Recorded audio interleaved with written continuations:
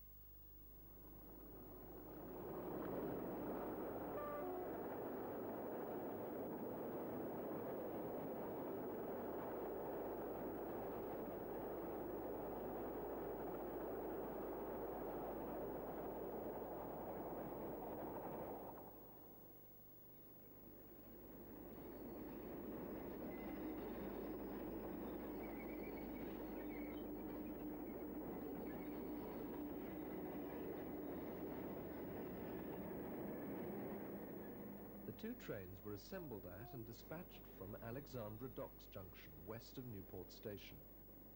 After running parallel through the station and across the River Usk, the 56 accelerated away to the east, whilst the 28 reversed into the station for display purposes.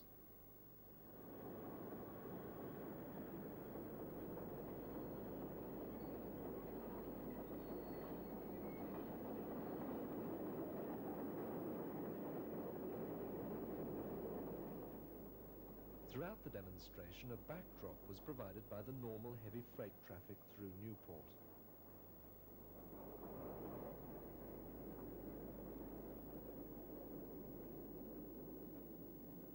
Further contrasts were in evidence at the West End, where the Iron Duke replica was on display.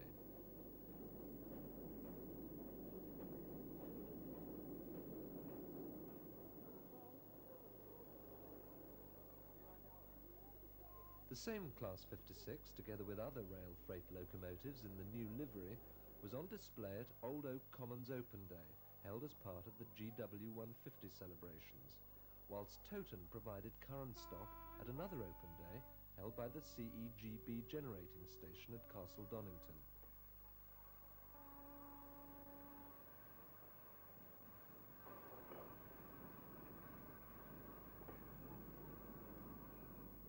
In this case, the Midland 4F from Butterley provided the motive power contrast, giving brake van demonstrations, whilst the power station's own saddle tanks gave a number of run pasts with loaded coal hoppers.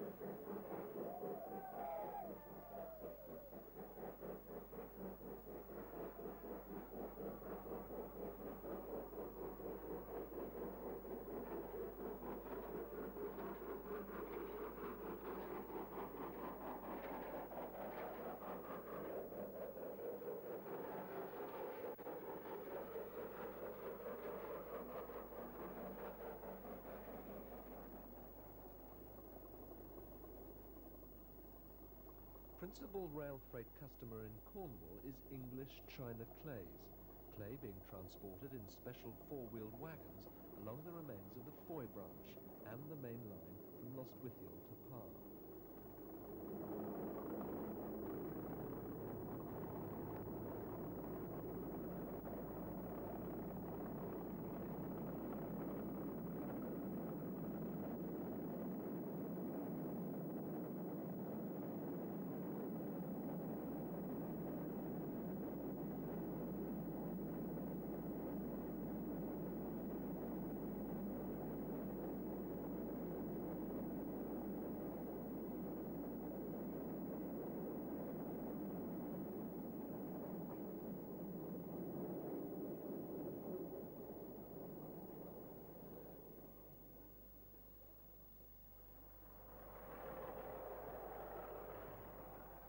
Following the transfer of through freights away from the Settle and Carlisle, local freight from Appleby and Ribblehead is all that remains of the once busy freight traffic.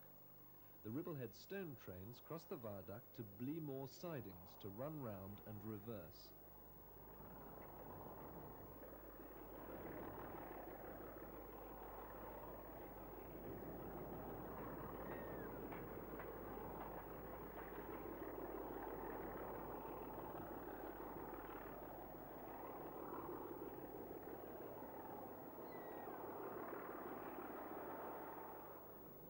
West Coast mainline freights bring regular diesel workings under the wires, oil traffic being a major rail freight revenue source.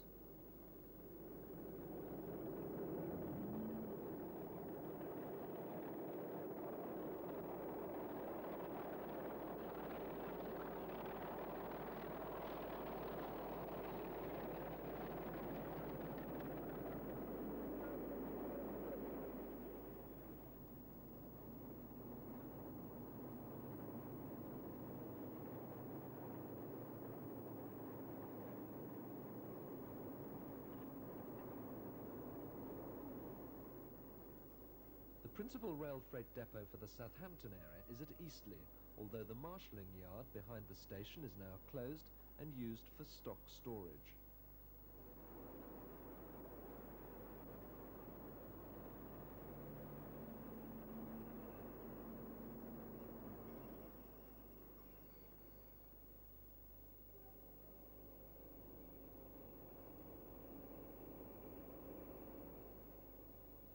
Regularly scheduled speedling services are run by rail freight, long wheelbase four-wheeled vans being run at passenger train speeds.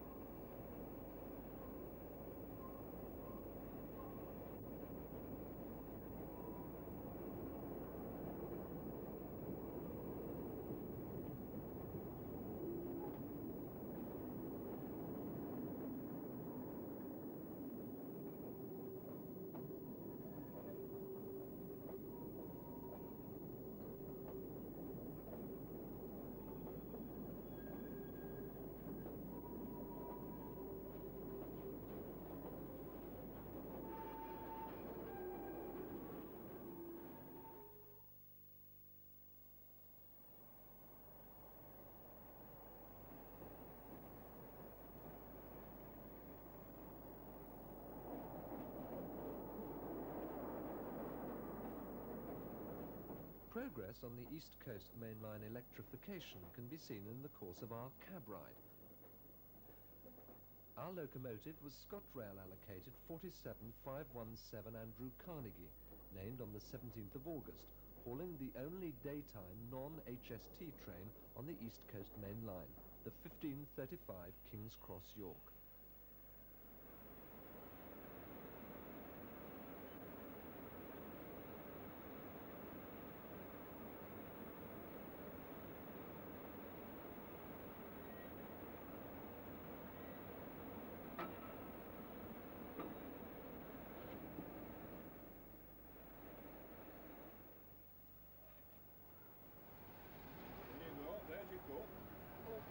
You take that for a start. I wonder if I'll waste it.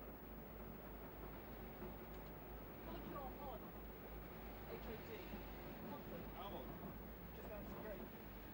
I know. Lovely, thanks.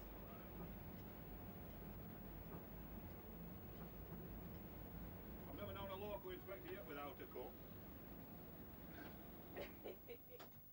After the vital business of refreshments has been dealt with, Inspector John Matton comments on features of interest for us.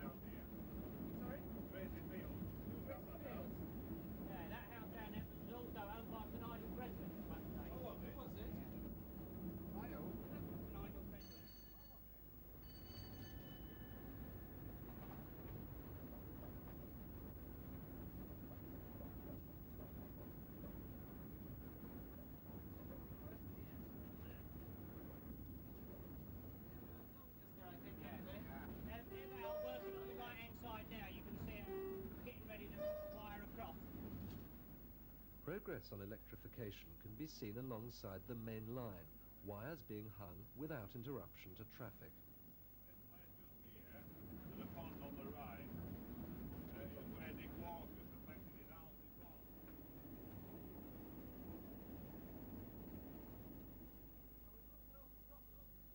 We were switched to the slow lines at Sandy in order to allow HSTs to pass on the fast. 40 mile an hour junction.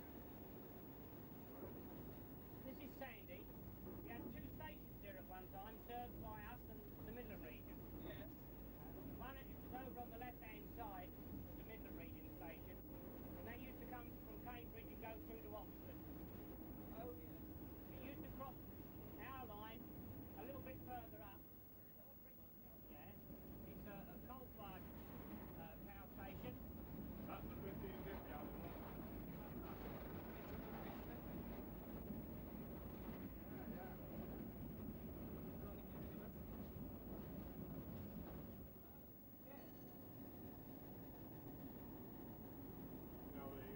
Well, originally they wanted to join up, Yeah, yeah. but Oh, yes, I see what you mean. they wouldn't allow us to. Now, over on the left-hand side, there's a coal yard. It's always amazing me, this 30 mile an hour crossing here. All the blooming linemen got to play with. Yes. At Peterborough, our train is seen arriving from the platform end. The station here was once a notorious bottleneck with offset platforms, but after rebuilding in the 70s is no longer so. One of them is a customer. This bit late for me to worry about something. Yeah, I doubt it.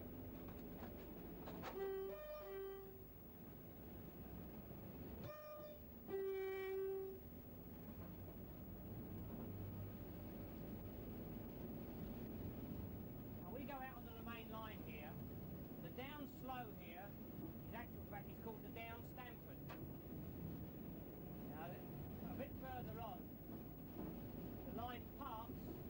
One goes round to Birmingham, Leicester, from Birmingham, and the other one branches off and carries on down normal slow road up to Stoke.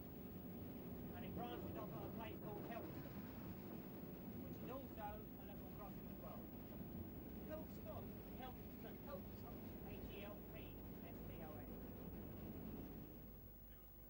And this is the actual measured mile where Mallard achieved the 122 miles per hour. Hello, Brown. Hello. Yeah, you like, guys. That'd be lovely if they could let that happen. Now you can get trains from here. This is a changing point where you can get trains from here that go through the Nottingham and Skegness. Oh, so there's a double junction north of the station. There's a junction To the left. to the left, just off north of the station, and then the other one is at Barston when we get through the tunnel. We were delayed at Grantham by a locomotive fault, all hands being needed to correct it.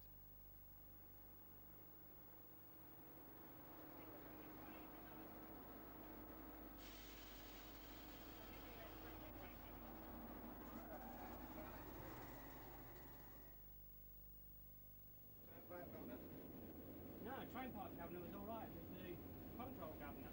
Control governor. Yeah.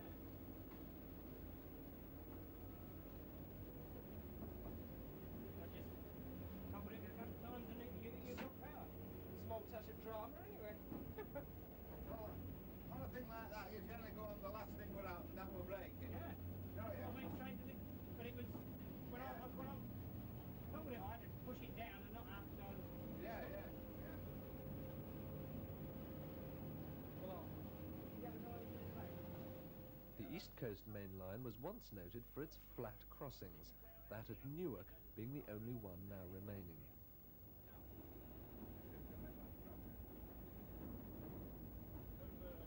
and they've raised this bridge for the electrification again. Oh, is it? They're working Yeah, it now. they've been working on it and they've raised the iron structures above it. Oh, here. Here's the line, speed 2 miles an hour. No, that's a bit slow. Now we're back to 125 again. That's the line that takes you around to the colliery itself. I see, yeah. Gonna turn it that now. This is Liverpool Car, which is where you can say virtually the start of Doncaster area now. Yes. From here on, we've got sidings on either side, a bit further on Belmont. There isn't any Belmont now, is there? There isn't no Belmont sidings now. Oh, yeah, yeah. Yeah. Down Oh, yeah, up and down Belmont. Up and down Belmont, Ah. yeah. They're down in the back line. Yeah. Still a 24-hour pilot there, John. Oh, yeah.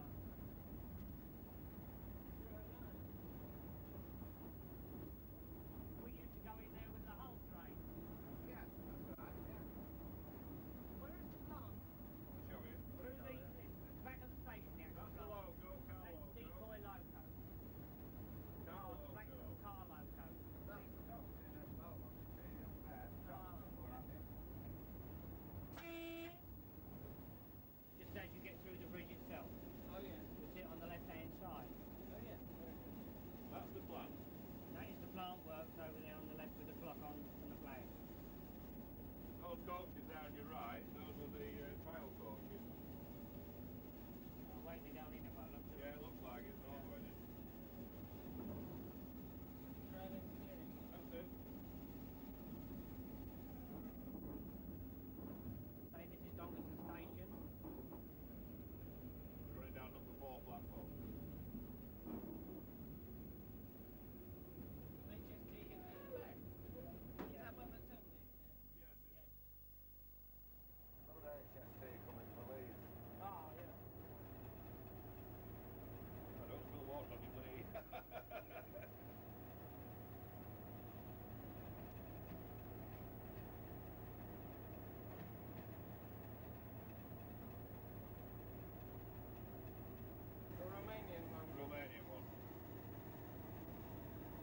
27.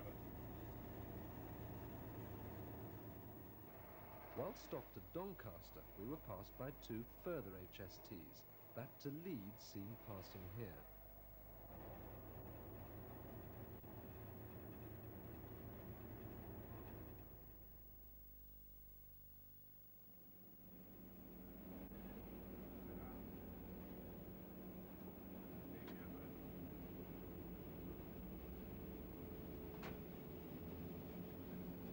Everybody likes to get on camera. Leaving Doncaster going north, you can go three ways. You can either go through to Hull, Leeds, or the way we're going is through to York. Now the Leeds branch goes off to the left and the Hull off to the right.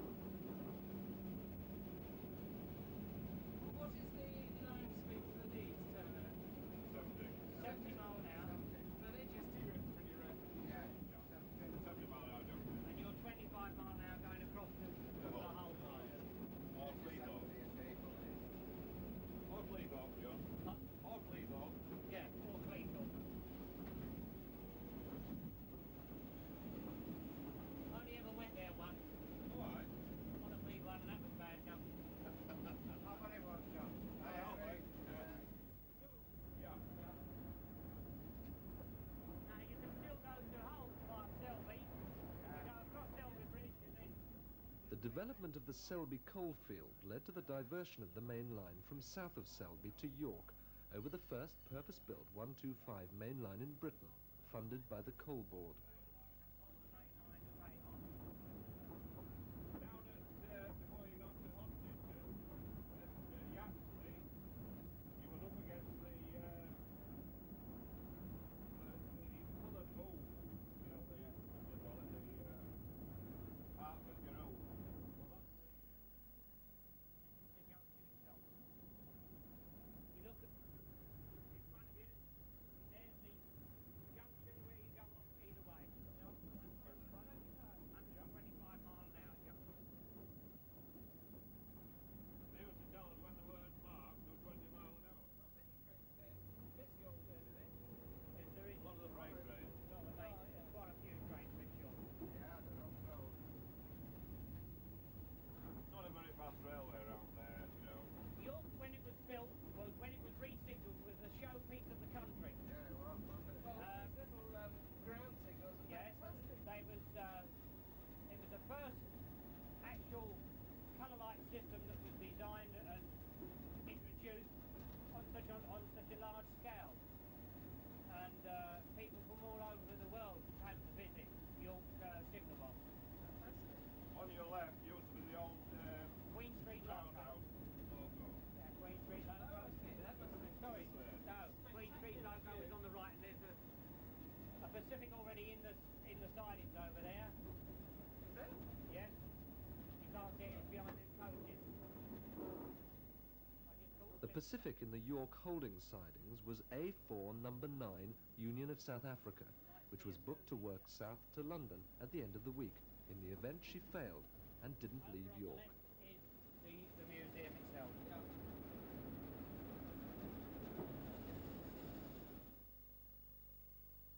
The following sequence of slides has been provided by Colour Rail. The pre-war scenes include this delightful view of a Great Western Duke-class locomotive pausing at Newbury on a leisurely stroll from Didcot to Southampton. More rapid progress to Southampton could be made from Waterloo. This Bournemouth train is about to leave Winchester, headed by King Arthur-class locomotive King Leo de France. The LMS still had a number of pre-grouping 460s in service. This well-cleaned example is Caledonian 14622 at Oban Shed, ready to leave for Stirling and Glasgow. This stopper from Shrewsbury to Crewe, headed by Prince of Wales, class 25725, shouldn't be much of a problem to the crew.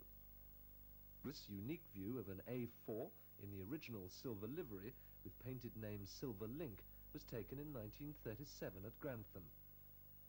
Even a mundane hall can look attractive in this fine night shot at Newton Abbot. Swirling steam and fog give a fine impression of the less glamorous side of railway life. The catalogue includes many rare types like this Lancashire and Yorkshire 460, 50455, the last in service, on her final day out in 1951. And Bulleid's extraordinary leader class being painted at Eastleigh, still in undercoat without numbers or lining out, all to no avail. The project was killed by Robin Riddles and his team, and few people mourned. The LNER B-12 is seen in Scotland in 1948 in an interim livery, pre-war LNER apple green, but with the BR number. And the mixed train seen at Aberfeldy was a rarity in this country, although common elsewhere in the world, even today. The London transport scene includes delightful rarities like this handsome 444T built by Kerr Stewart and used on the outer suburban services from Harrow to Aylesbury. A more familiar machine is the electric locomotive coming into Baker Street. The preserved Sarah Siddons has done wonders in retirement. Memories of long-forgotten traffic is shown with a Pigeon Special pounding over the departed Somerset and Dorset Railway, headed by a typical combination for that line of a Fowler 4F piloting a 7F. Many of the UK and Irish narrow gauge lines are covered, including the Cavan and light trim shown here on the roadside section, where this shot is of two locomotives once active but now walled up in Glasgow Museum. The lovely Caledonian single leads the Highland 460 on a special near Renfrew in 1959. We have a small selection of independent lines, including strange things like this crane tank in use at Doxford Shipyard at Pallion, Sunderland. The Western just had to be different with their hydraulics, and there are plenty of them available, including this unusual view of a warship on the Down Torbay Express tiptoeing through floods west of Exeter, and a more conventional shot of a D1061 coming through Harbury Tunnel with an up Birmingham train. Nor should we overlook the much-loved Deltics, so handsome in their original paint scheme, as were Bulleid's diesels in plain black with silver bogies, all three of which are covered. For your 1984 catalogue, plus the 1985 supplement, plus a sample slide from this fine collection, send £2. We offer return of post service. Use the order form in the newsletter enclosed with this edition of Railscene.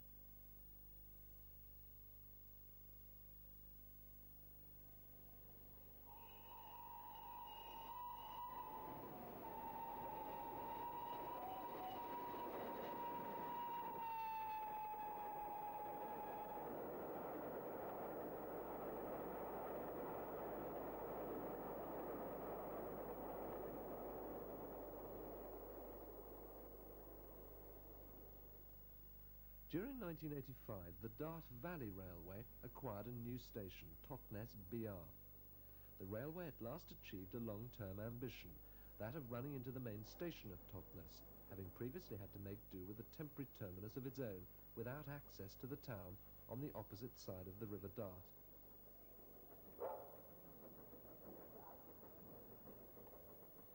Procedure is for Dart Valley trains to pick up a BR crew before joining the main line, and to run into the up platform.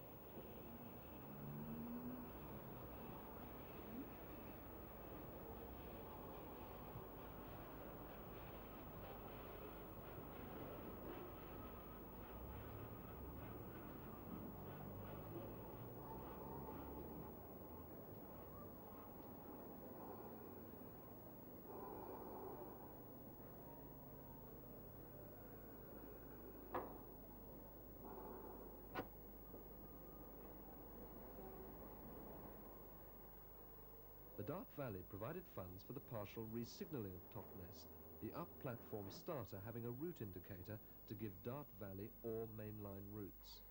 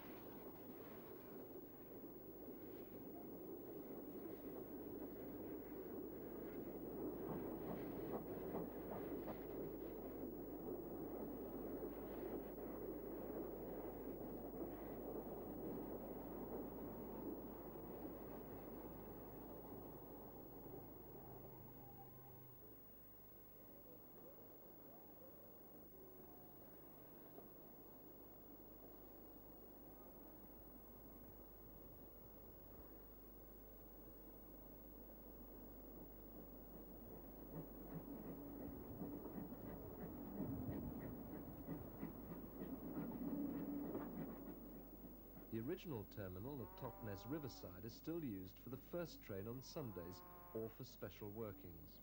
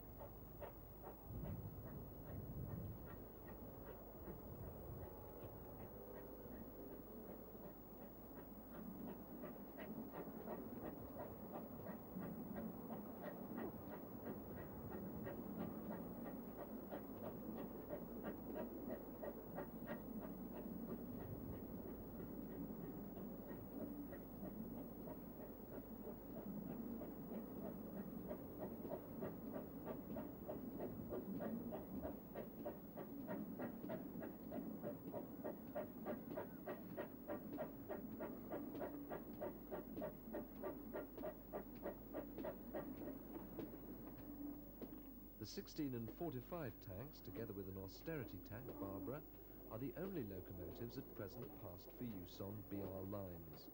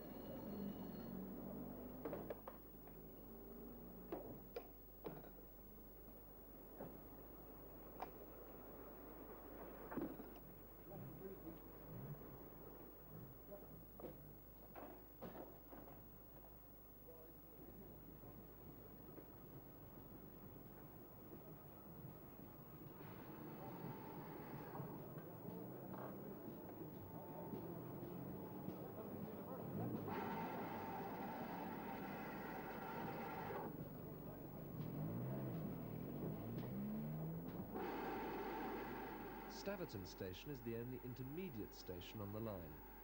It's volunteer maintained and won the Best Preserved Station Award in 1980.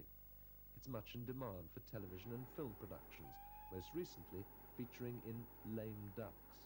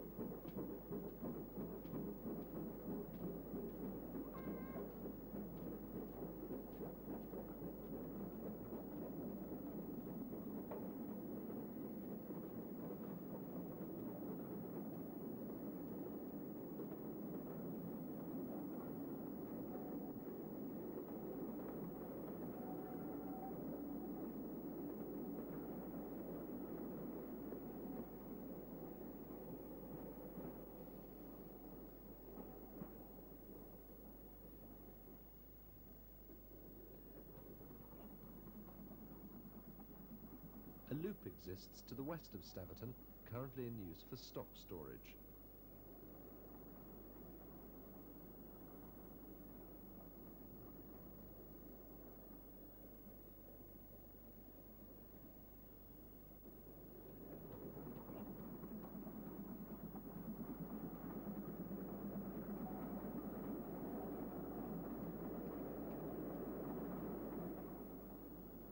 The line follows the course of the river from which it derives its name throughout its length, the epitome of the classic Great Western country branch.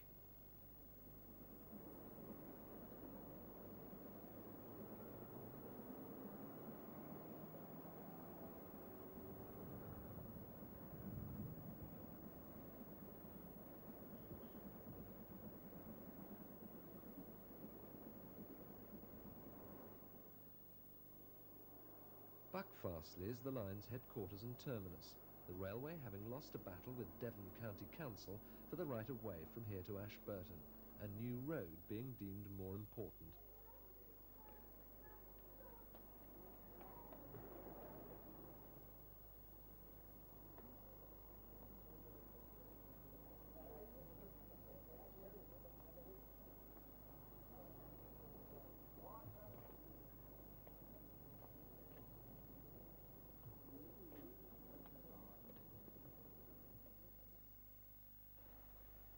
Buckfastleigh Station houses a museum in which a Beatty well tank in a strange livery is a permanent resident, together with the only surviving original broad gauge locomotive, Tiny, which used to be on display at Newton Abbot Station. The Victorian train is a popular attraction, including fine examples of the clerestory roofed coaches. The two Collet auto tanks are currently out of use, both being in need of extensive repairs and are unlikely to work for some time.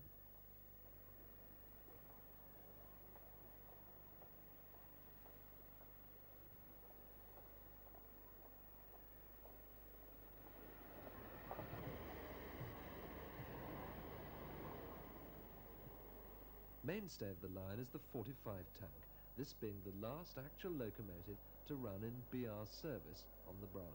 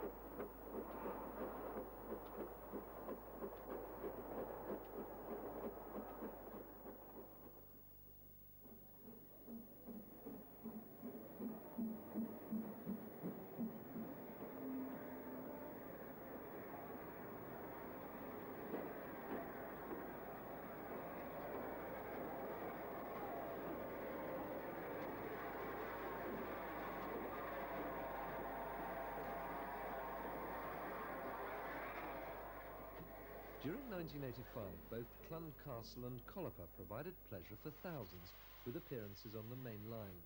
Their very existence owes much to one man, Pat Whitehouse, whose many other achievements include the building up of a vast collection of railway photographs and the publication of many books bearing his name.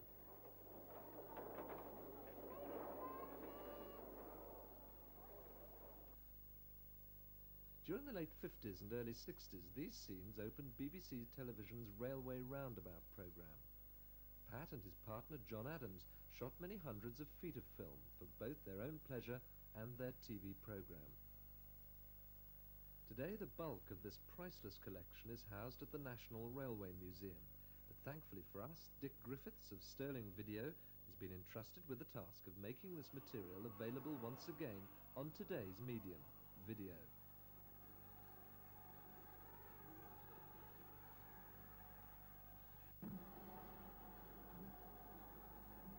This film was made at Newton Heath's shed and offers a good opportunity to make some detailed studies. The historical significance of Aspinall's 242 tanks was recognised as far back as 1954, when a sister of this example was laid aside for preservation and restored to original livery as number 1008. 488 of these handsome 060 tender engines were built between 1889 and 1917, and over 50 saw the start of the 60s, a great testimony to Aspinall's design ability. The Worth Valley Railway have a number of X, L and Y locos, including an example of this type of saddle tank, which were rebuilds of earlier Barton Wright tender engines. One of the latter type featured in the film The Railway Children. Such profiles form an integral part of the Whitehouse-Adams Railway Roundabout film collection. Whilst we don't have time here for other than brief glimpses of a few examples from the current video releases, it's worth noting that Pat and John travelled far and wide over many years to record these scenes. As noted photographers and railway enthusiasts, it's a little surprise that their work has so much appeal to all those with a love for the steam locomotive. The second programme, released by Sterling Video based on these films, features over 60 classes of British steam locomotive.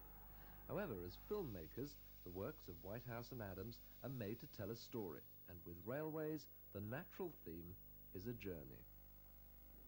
Roundabout Revisited Volume 2 is far from just 60 locomotives strung end to end.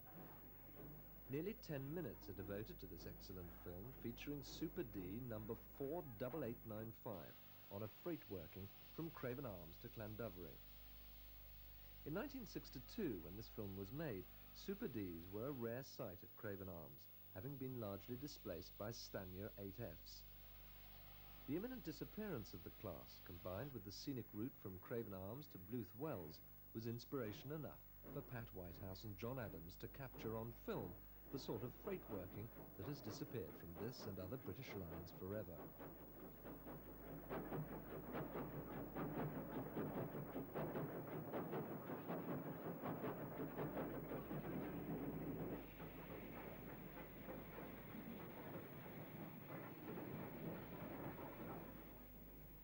West of Craven Arms, we arrive at Knighton, where additional wagons are to be picked up. Where the steam had lived on for a few decades more, and even if nationalisation hadn't taken place, sadly sights like these were an anachronism, even while these Twilight Hours scenes were being filmed.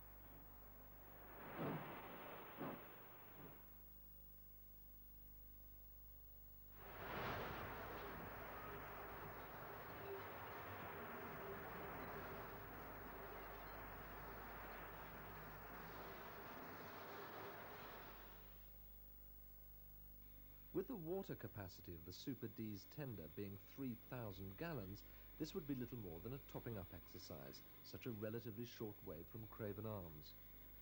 While a hard-worked Pacific might get through 3,000 gallons in 2 hours, these far less highly stressed freight locomotives were much more economical.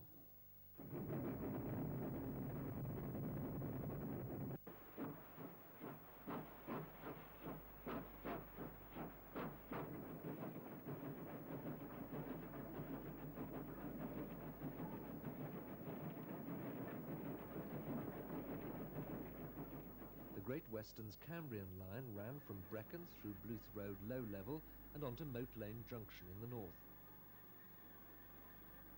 Our Midland line crosses the Western at the high level station, running into Llandufry, Llandilo, and eventually penetrating as far as Carmarthen in the west.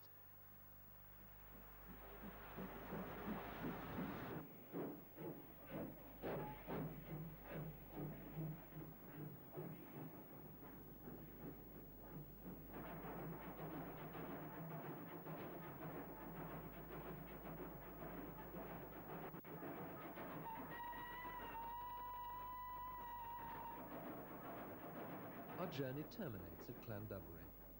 During the 1890s, the London and North Western Railway operated through carriages from Euston to this popular area. The line survives as a link between the industrial Midlands of England and the equivalent in South Wales, but not for freight, simply to cater for passenger traffic. Based on the colour films made by Pat Whitehouse, Steam Around Nationalisation is a new sterling video release for Christmas. Classes of steam locomotive abound, both familiar and long gone before the peak of interest in steam spotting in the late 50s and 60s. The programme concludes with a full 15 minutes devoted to the infamous Lickey Incline, all in superb colour.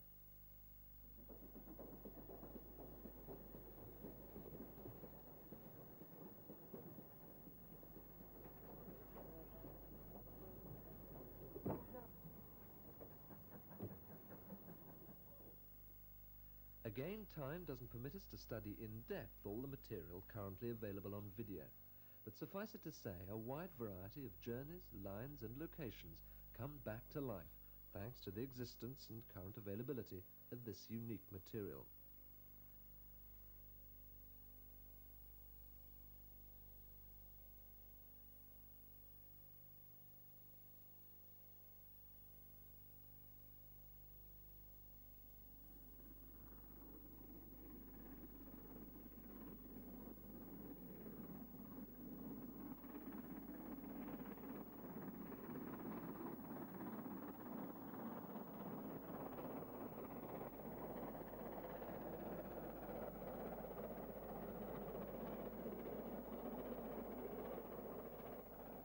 One of the favourite mainline approved locomotives, the Duchess, is seen on its final northbound Cumbrian Mountain Express working, being booked to return the following weekend to York for a boiler overhaul.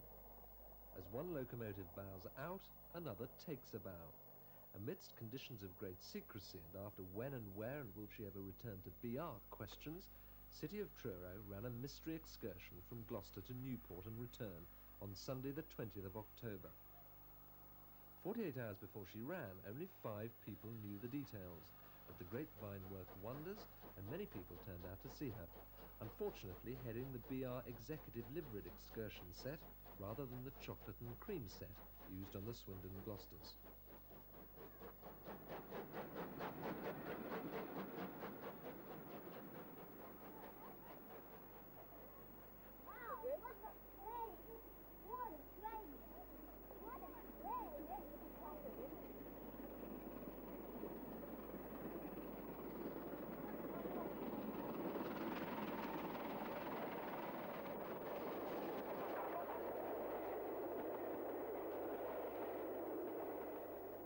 SLOA ran 2 Cumbrian Coast Pullmans and 4 Cumbrian Mountain Pullmans for their summer programme. Southern locomotives predominated as Flying Scotsman was not available as booked, although the redoubtable 4498 kept the northern flag flying.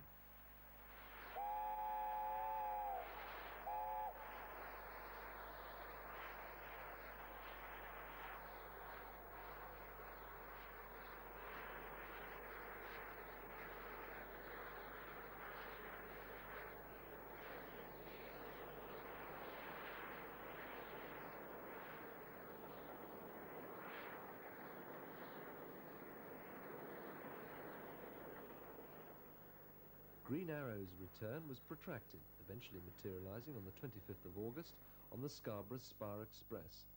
Unfortunately, she failed after working the first leg from York to York, and our only shot was this poor one at Church Fenton.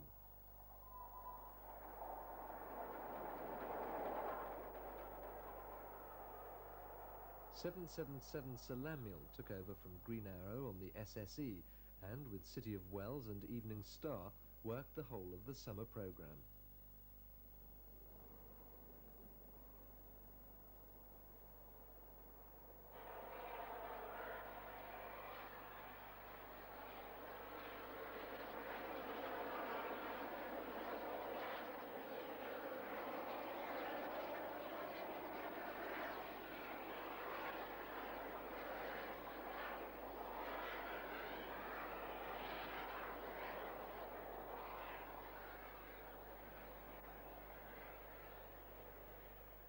DMU replacement proceeds apace.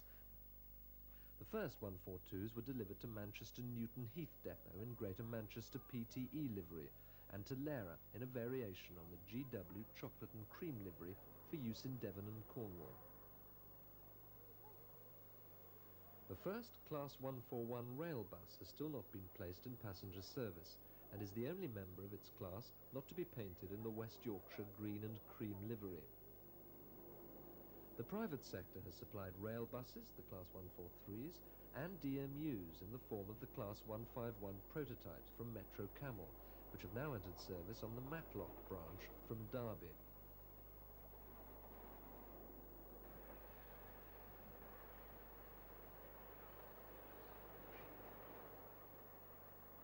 Amongst many DMU liveries, the most attractive was the chocolate and cream, applied to 2 Western units in connection with GW 150.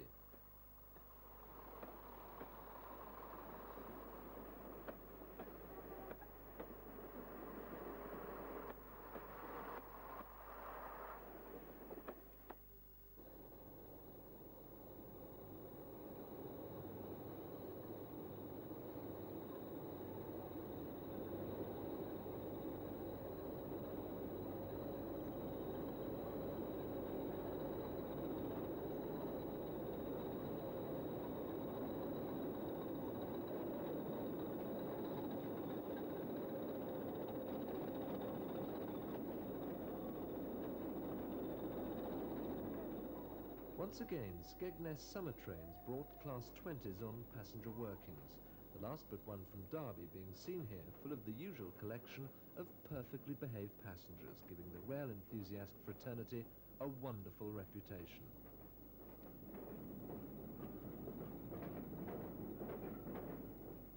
In order to introduce the new Tyne Tees Pullman, BR staged a record run on the East Coast Main Line, achieving 145 miles an hour on the very day Mallard first returned to steam.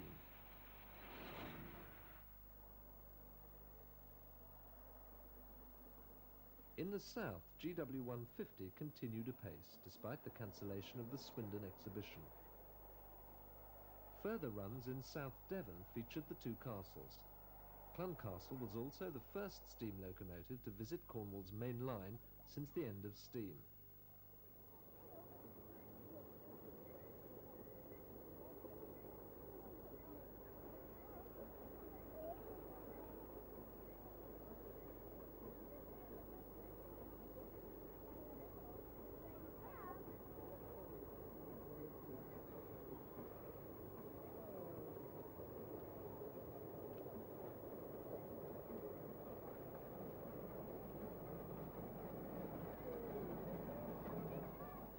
Our GW150 special features many of the events of the summer and will provide a lasting souvenir of a vintage year for Great Western fans.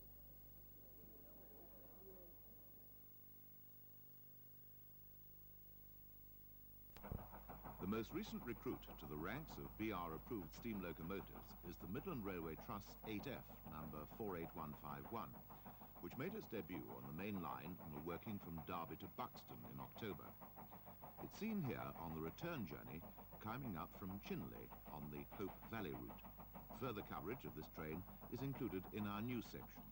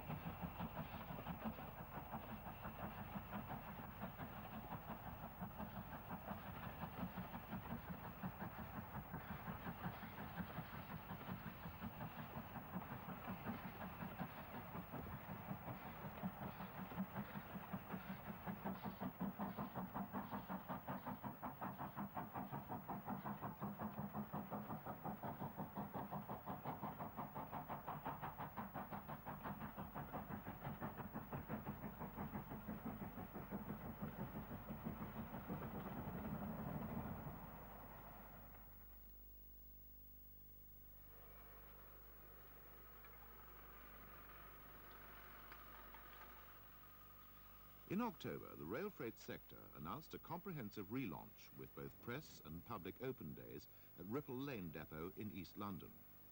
The most notable outward sign was the new liveries applied to a selection of rail freight sector locomotives, including the dedication of some to specific duties.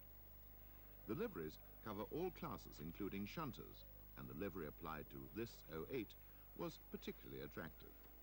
The livery includes official depot insignias on cast plates. This is Stratford. The CPEX-fitted Class 58 was also present, although not yet released to general traffic. This locomotive is based at Towton Depot and is dedicated to coal traffic, as indicated by the black diamonds.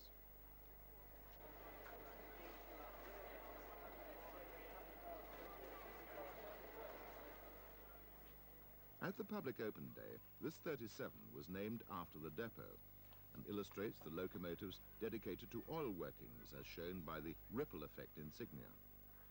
The prototype Class 56 is dedicated to rail freight construction. The representative of Class 47 is the former GW150 green-liveried 47079, which is allocated to rail freight, metals and automotive subdivision. The future face of rail freight was shown by the Class 60 mock-up.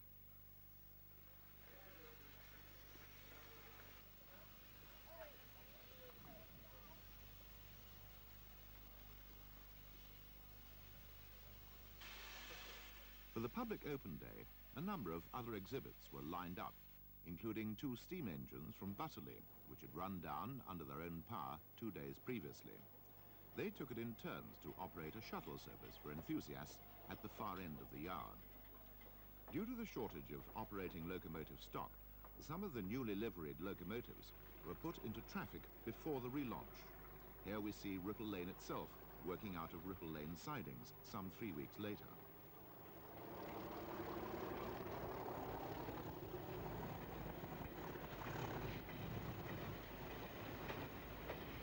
Probably the most interesting project from the enthusiast's point of view has been the Class 50 rail freight conversion.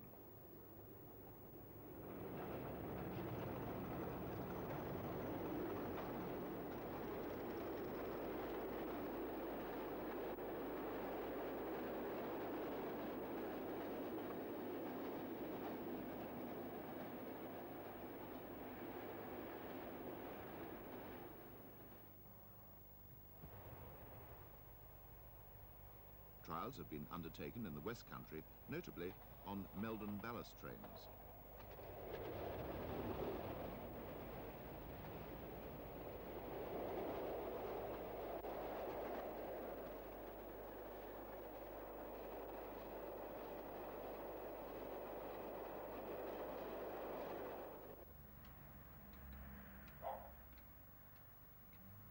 Number 5149 was converted at Lera utilizing Class 37 bogies to run up to 80 miles an hour. It was liveried in rail freight general livery scheme and is possibly the first example of a BR locomotive with a yellow nameplate.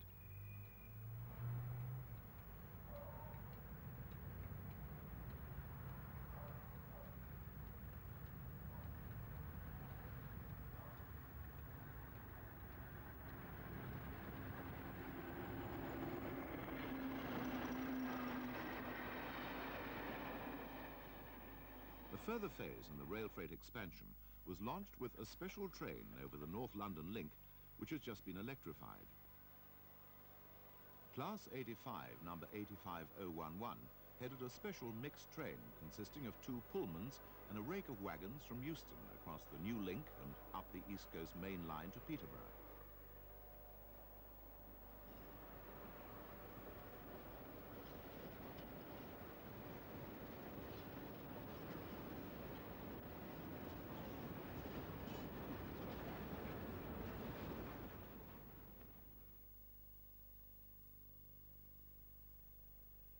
Moving from modern rail freight to that of an earlier era, also on lines now electrified, we're delighted to present Ivor Peto's study of steam in its last years in Westmoreland, on the West Coast main line on the climb to Shap, paired with fabulous footage of vintage preserved Scottish steam at work at Easter 1963.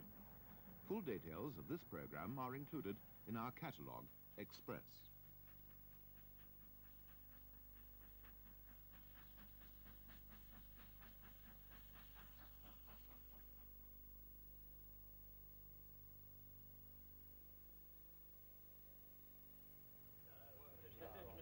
Our cab ride this issue continues the previous run up the East Coast main line. This time, we travelled on the 8 o'clock train from King's Cross, the Talisman.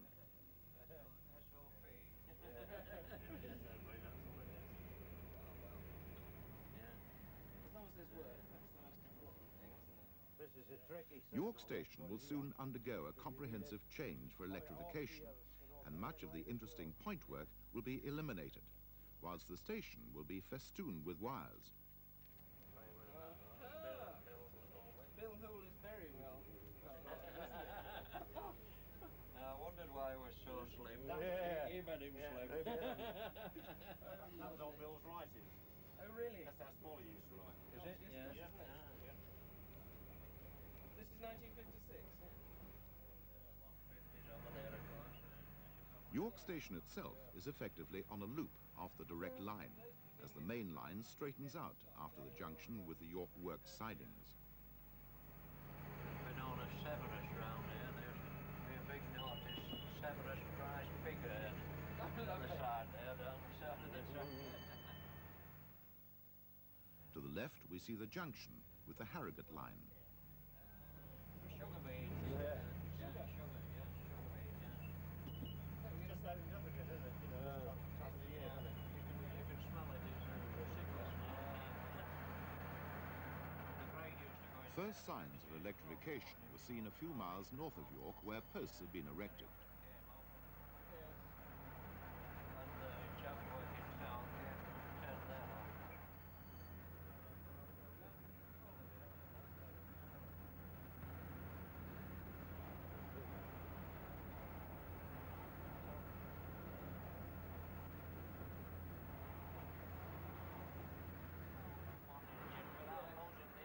This HST is on a working to the southwest.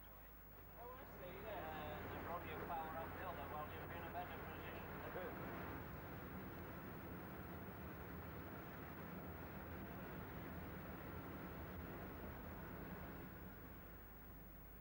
The straight nature of the line immediately north of York is frequently used for test purposes, as it's probably one of the finest stretches for sustained high-speed running in the country.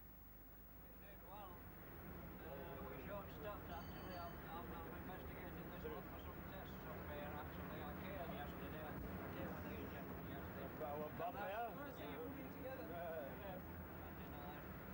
What are you investigating? You had that Antis Pullman special run on Yes, 45. my chief Alan Richardson was on that. Yes. Yeah. We did test. Flat out. Well, there are certain areas, yes. Certain ones, but You've also we got a could do that bit there. Yes, that's what I was wondering. That one's is the line speed one. And I think, how about all these engineers? Do you have to make sure that they're clear of the track? Pretty quick on them. Yes, we're I see. I mean, all that stuff's down. you don't actually sort of make sure that they're not working on the stretch. Oh, yes, we do, yeah. You do? Yes, we No, Father did. Oh, well, that's it, yeah. There are no reductions from the line speed of 125 miles an hour until the approaches to Darlington, where the line speed is reduced due to the complex track work.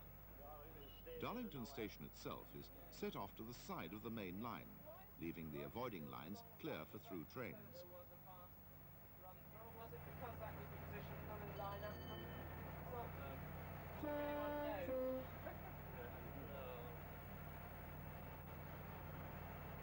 It's in fact a very efficient system, isn't it? Because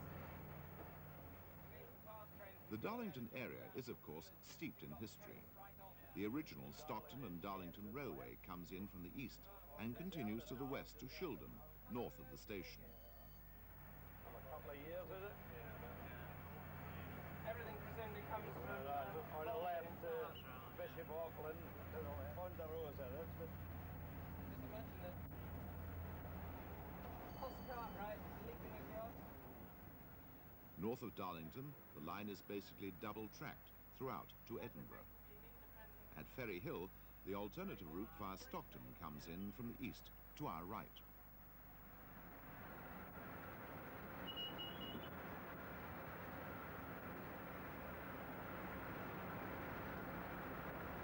Well, we're on the 110 mile an hour now. Yes. I think it was local or this will be Liverpool, won't it? Yes, first cut. Newcastle, Liverpool. The freight lines continue straight ahead via Washington to Newcastle. That's the ones that go here, or maybe it's further up. Here. He's in the platform now, look. We were booked to pass a Transpennine working at Durham, but this was not seen during our journey. Somewhere on this route, I checked before we came out. Oh, it's 85 now. Yes, it's still very much up and down this Oh, week, yeah. isn't it? Those flat out run 37s. Although there's little freight traffic on the southern parts of the East Coast main line, between York and Newcastle, it's very heavy. Quite busy all of a sudden. Oh, that new coal one.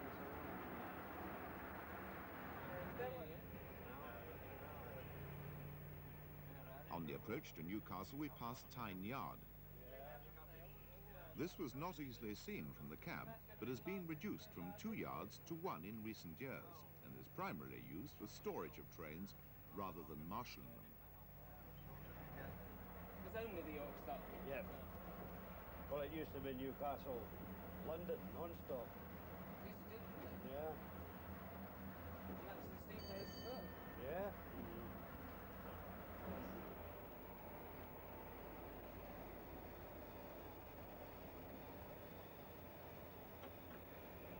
Still quite a lot of locos on Shinnecock, is it? As we turn to cross the River Tyne, we pass Gateshead Depot, which is scheduled for early closure. The O3s will disappear, the 45, in fact, it's got a lot of obviously. No, it's a King Edward Bridge. Yeah, very famous.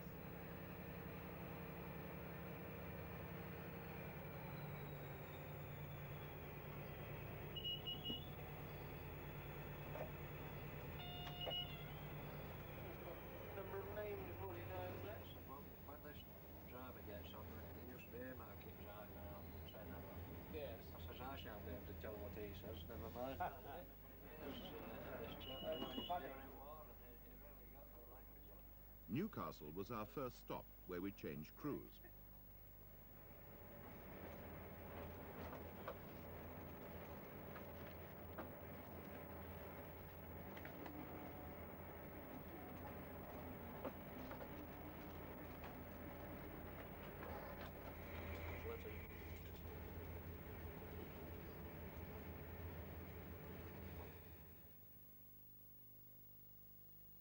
Only stopping at Dunbar, and Dunbar and Edinburgh. Just stop at Dunbar.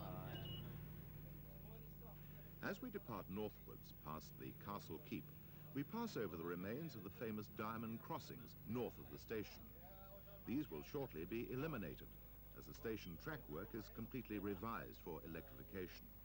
Straight across there, forget all about it. I'll put you on an elastic run, Cedric. That's it, yeah. There we are. Right.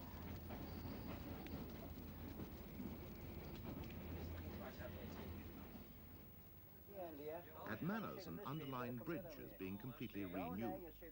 The 4 tracks are at present reduced to 2. Full 4-track working will be restored when the works are completed.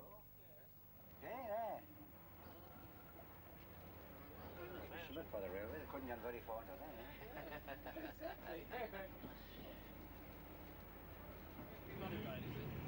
Well, I don't think the car signs is going to be touched, but it's the route from there... Between Manners and Heaton, track renewals are being undertaken to improve the line speed of trains leaving the Newcastle area. To the right can be seen Heaton carriage sidings, which will be further developed for electric stop maintenance. The red coaches are Royal Mail vans. At the present time, they're using a lot of platforms for locals on the mainline platforms. They're stopping the job, you see. There's not much they can do about speeds through the station there, is there? No, I don't think so. It's so... So it's this area, or have you worked here all the time? I walk here all the time, really.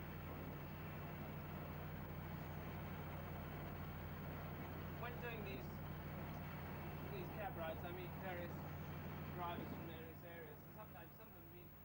A few reminders of northeastern practice still remain, including this footbridge. Footbridges are absolutely beautiful. Not many of them left round. The approach to Morpeth Station is over a severe curve. Some years back, one of the overnight sleepers took this curve at excessive speed and overturned, coming in the opposite direction. Well, just on time to... I went yesterday and to control and asked him to put it round, get it put round. Was that what I got yesterday, 121? No, I didn't come yesterday. Oh, I came to Newcastle. Oh, you just came to... Yeah. Following something up. We're getting Oh, you're a coming series of... towards some gates down here. Could be crossing gates and stuff. They might have let that engine by, Yeah. close the crossing Yeah, gate. we've got a single yellow out there. Oh, it's the yellow here, yes.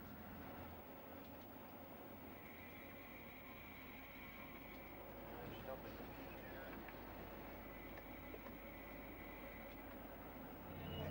What? CN normal signals is...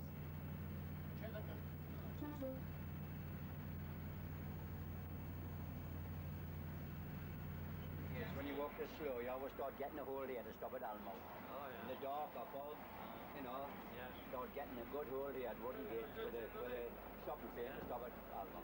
Yes. The conventional line. That's right, yes.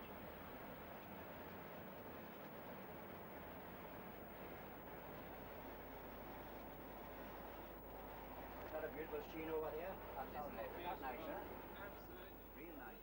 The The only major permanent way slowing for engineering works, other than the exit from Newcastle, took place at Almouth, where the track work is being completely renewed. To the right is the old station goods yard, in which 2 hopper wagons are isolated on the old coal drops. I like the way the goods yard's still partly there. Yes. With the Part of the coal old drops goods yard. still there.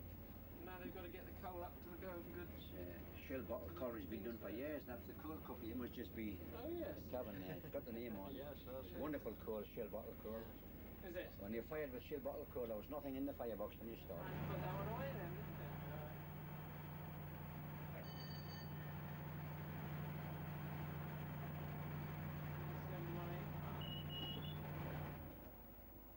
North of Morpeth, electrification is being undertaken by a team based at Tweedmouth. No, I'll let him have on if he's trying to run me. As we approached Tweedmouth, we were running on single yellow signals. When we were eventually stopped, we learnt that we'd been held up by 2 freight trains ahead of us, one of which had to be backed into Tweedmouth Yard in order to clear the main line, as the other was occupying the loop at Berwick. The 37 on sand, is it? 37 on that Well, they've got about 15 minutes to answer, whoever's...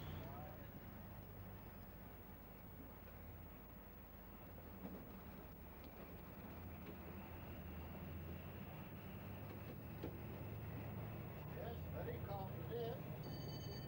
Amazing. We go straight through anyway now. Make up some of it. What's the other one?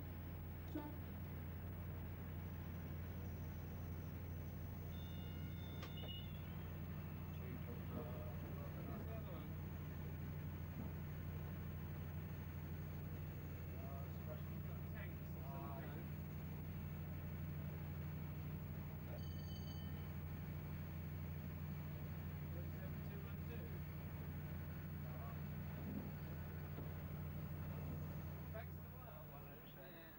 North of Berwick, the line hugs the coast on what is probably the most famous stretch of main line in the country.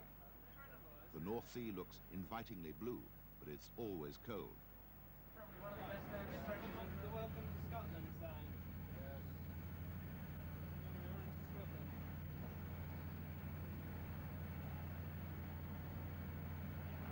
Yes. On the line side, the terminated side, where There it used to be 2 signal cabins here, rest. The line turns inland at Bournemouth and crosses the Cheviot Hills. There are no junctions between here and Dunbar any longer. In the early 1950s, the East Coast Main Line suffered washouts. This section was most severely affected, and trains were diverted over the now closed Border Counties line.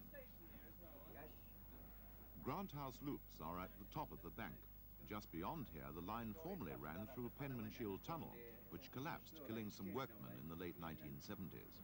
The tunnel was abandoned, the line diverted around through a cutting to the west of the original formation. You want to go around by, from Tweedmouth, you know, by a coal stream that way. Yes. This fella went inside through the night. And I don't know what happened, but he went through the buffers, through the station master's house. Was it right, miss? There was 3 or 4 fellas, I think, never got out, you know, 4 fellas. So they just This put a... was a new cutting then. Yes. concentrated on the ground and put a monument on the top. Came out there. Aye. It seems strange that the railway didn't come through here in the first place. The power station's on your right here. As we come off the hills, we pass the new Torness nuclear power station, which is to be served by rail. This is Cogbone's Path, or Cobone's Path. Yes. I think it's spelled Cockburn. Some say Cobone, I think, Cogbone. Some say Cobone. Power station. Well, Exactly, it's the power. Looks like they're going to gantry for putting on nuclear blasts or whatever. yeah. Yes, it's a good one. Oh, yes.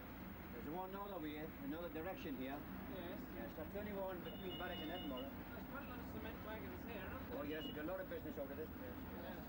But there's none of it goes south, it all goes north, the cement. I don't know why. Never seen cement coming out of there going. Our second stop was at Dunbar, where, like Darlington, the station is offset from the running lines. Approach to the station is controlled by flashing aspects of double yellow and single yellow signals, allowing a relatively fast approach to the station. Of course, it's going to be, what, 12:40 nearly when we leave. 12:30 by now. Quite a few bits. All this area used to be 10 mile an hour for years and years and years and years. Really? And they redesigned the station, made it into one platform both ways, you see. That's right, Be a yeah. platform there, up and down. It was always, right in and right out, was always 10 mile an hour. Oh, it took a long time. And, I mean, that's all you had to do, 10 mile an hour, it was bad. Yes. And they redesigned the whole place. That must have made quite a difference.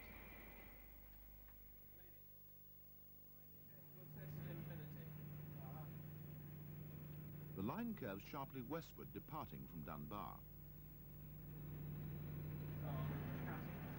You know, when you're coming away from King's Cross, such as Hadley Wood, there's mirrors on the side for the drivers. Oh, there's for the one-man Yes, operation? yes. Now, away from King's Cross, such as Hadley Wood, there's mirrors on the side for the drivers. Oh, there's for the one-man Yes, operation? yes. Now, I've thought of the idea of coming away from King's Cross with my camera, lean out the window and Oh, just the take... section from Edinburgh to Perth, unfortunately, so there's a few gaps there, but otherwise we can say we've done the whole of the A number of stations have been closed on this section of the main line, but there are still a considerable number still open. Yes, it's been revenued, or isn't it? whatever. What's this, the 12:35, yeah? They're all regularly out at 35, are they? What's that tucked in there? 26? Where's he coming from? We ran a them around there. Oh, yeah, you do. It's Preston Pans. Oh, yes, I know that. Martin Preston Pans. In the garden there was a big statue to the honour and glory of Colonel Gardner. He must have been the local big shot. Yeah, oh, yeah. Died by... To the west, as we approach Edinburgh, is the vast Miller Hill marshalling yard, which was built alongside the former North British Waverley route. The Waverley route used to join the main line at Portobello. At Portobello, the former Freightliner depot is currently being removed. There are now no Freightliner depots on the East Coast main line north of Newcastle. It seems strange because Freightliner is still sort of the modern concept. One thinks of it as being the modern We go into there, oh yes, we go in there regular, we take my stuff down and get it out there. To the left is Craig and Tinney Carriage Sidings depot. HSTV service. Got the fella there used to go down Lock End Junction and come out at the station, but they've got it all pulled out here and all that. They reckon they're going to redesign the main line here again. That's what we're for. Well, to cut out some of Well, these it all cut out crossings, here. I suppose. That was the divorce and everything was wrong here, you know. As we approach Waverley, the goods line from Leith joins us from the right. Oh, yes, that's it. Yes, that's the... They usually have anything stopped on the main line or shunted sometimes. They can't put you out that way. Of course, they can't know where the road put up, but they could. Yes. Anything broke down there, put you out that way, and they could turn you out there.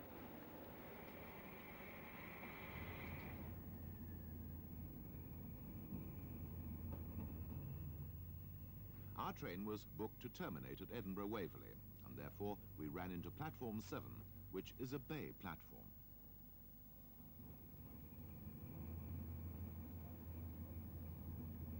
Oh, not too bad. What's the timing now?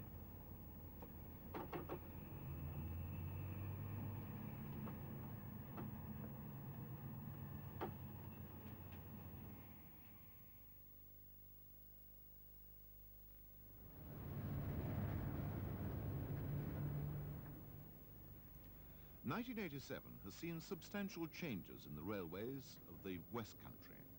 At the end of the summer timetable, locomotive-hauled trains ceased running to Newquay, to be replaced by HSTs in future. This is the first ever HST arriving at the Cornish branch terminus.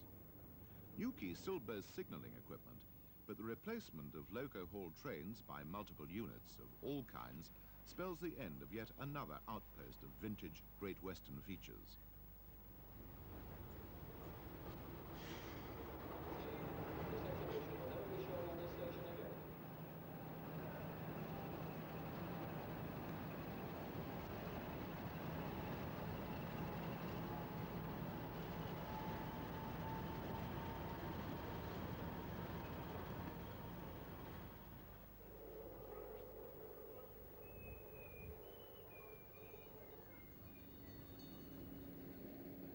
To commemorate the end of through locomotive haul trains, BR ran a special to Newquay, headed by two Class 50s, Furious and Ark Royal, both in NSE livery. The train was the last Paddington to Newquay working, and we see it departing after the HST had left.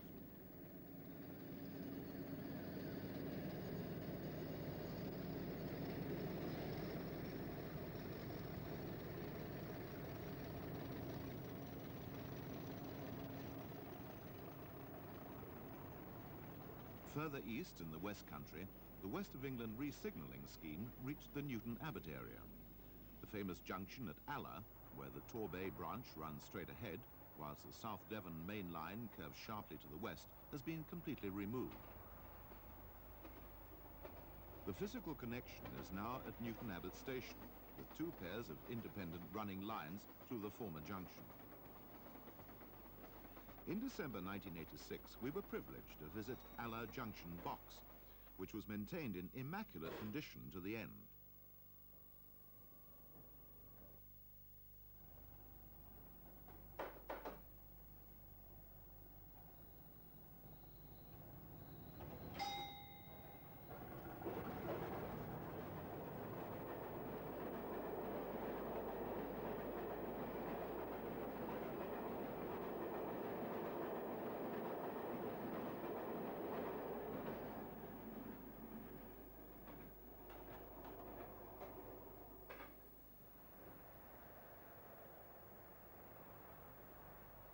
A further change is the end of the brief reign of the skipper rail cars. BR's lightweight units fared no better in the West Country than did the single-unit four-wheel rail cars of the late 1950s, and are now being transferred to the north. Initial replacements are conventional first-generation DMUs, although sprinters will no doubt follow in due course.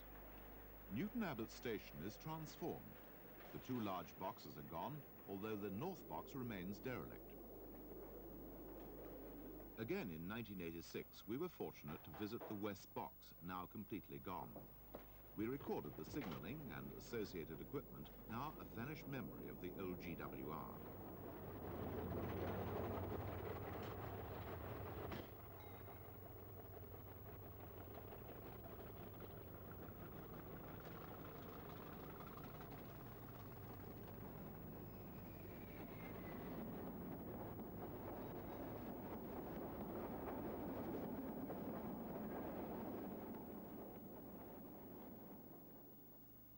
One item to survive is this signal gantry, which was purchased by the publishers David and Charles, whose offices are adjacent to the station.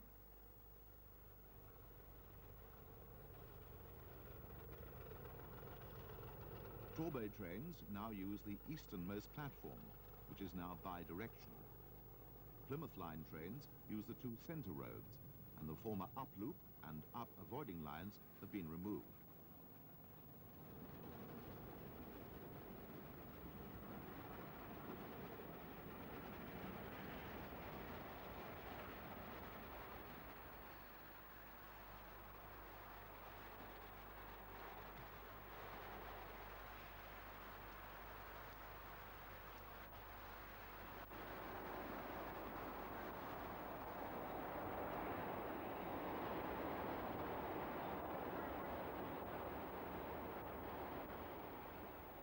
All semaphore signalling has gone.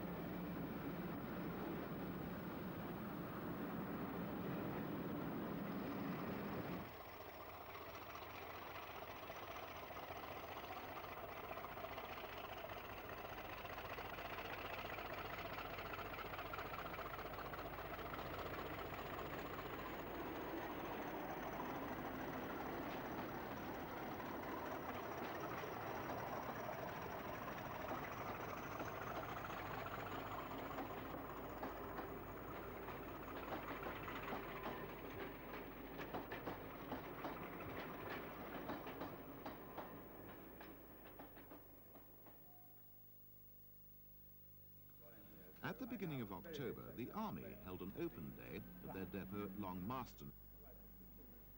The event was to celebrate the bicentenary of the Royal Charter of the Corps of Royal Engineers. And Class 47, number 47142, was named the Sapper to mark the event.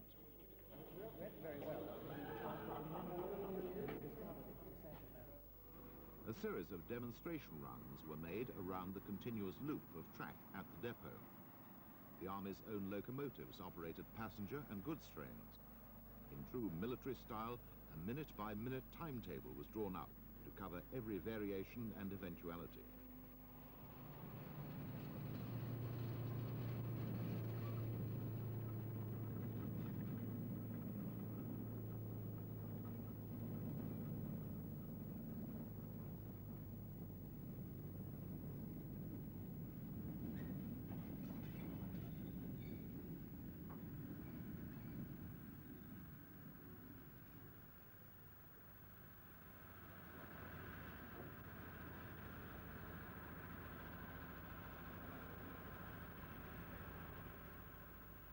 The objective was to demonstrate the Army Railway Organisation's own freight handling role, as well as to entertain visitors and enable the Army's own preserved austerity steam locomotive, Royal Engineer, to be enjoyed.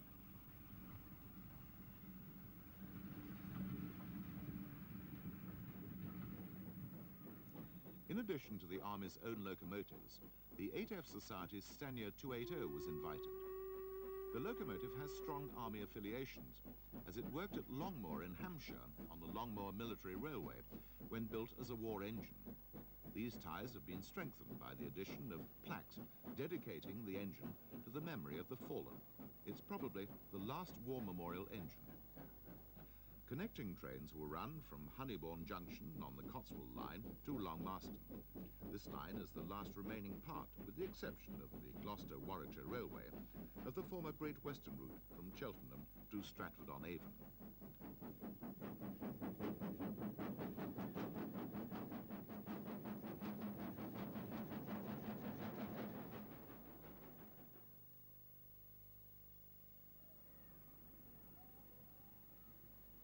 The engine that broke BR's steam ban in the early 1970s, King George V, is seen at Kidwelly in southwest Wales on one of the Carmarthen Express workings in the early autumn. This was an historic occasion, as it was the first recorded instance of a king working west of Swansea.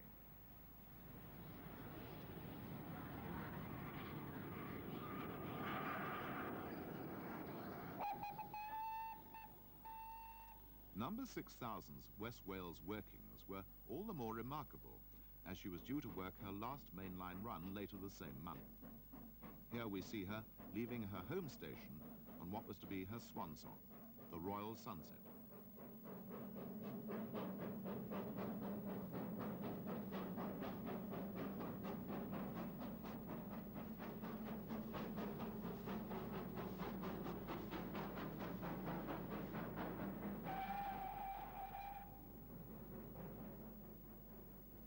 The train was arranged to be the King's last mainline run over what has been her favourite stamping ground over the past 15 years or so, the Welsh border route to Shrewsbury and Newport, together with a visit to her birthplace, Swindon.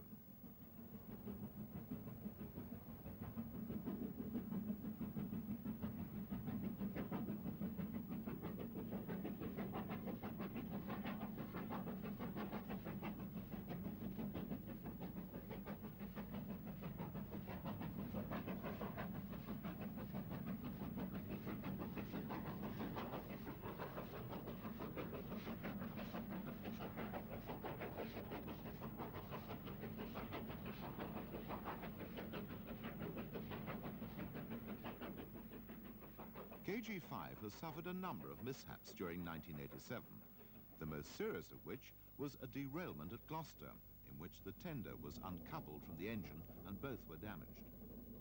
After a period of uncertainty as to whether she would be repaired, the work was undertaken to enable her to work an intensive last few months on the main line.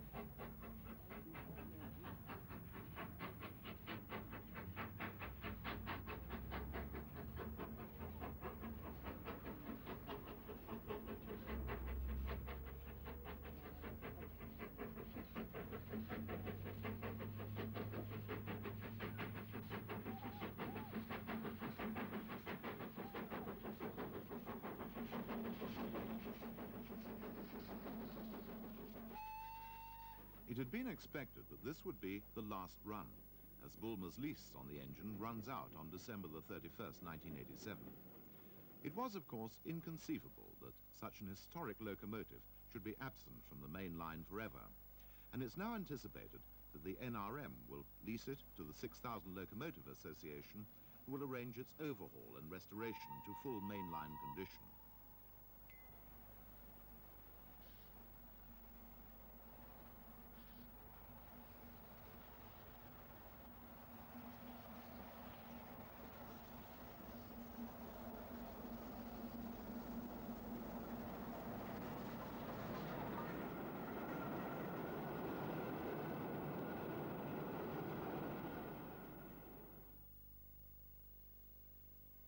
If your interest in railways extends back to the vintage years of the 1950s, then we have just the programme for you. The Cam-Canwell collection covers workings on nearly all Britain's railways in the 50s. These scenes are taken from the second volume, now on release, covering the period from 1954 to 1956 on all BR regions.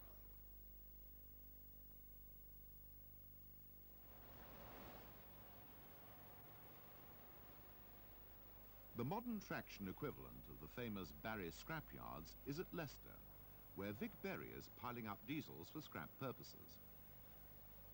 3 high piles of locomotive bodies are becoming something of a legend in enthusiast circles, and we witness classes 27 and 25 being reduced to scrap in October. The scrapping procedure is simple. Parts are merely ripped out, leaving a shell to be cut up by torches.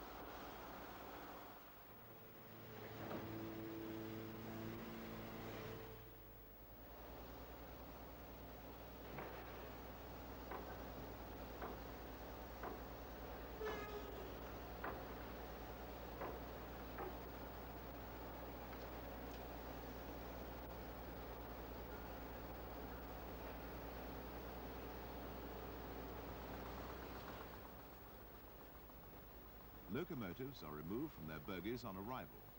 The bodies are stored in these stacks, as the space in the yard is extremely limited.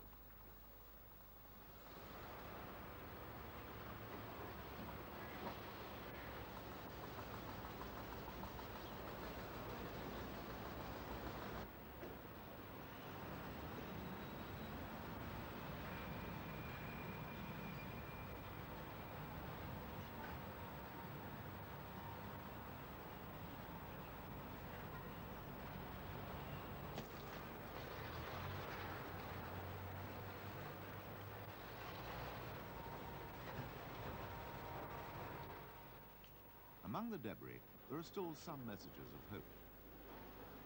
The yard is one of the very few to be passed for the removal of blue asbestos, and both locomotives and stock are sent here for the removal of the deadly material.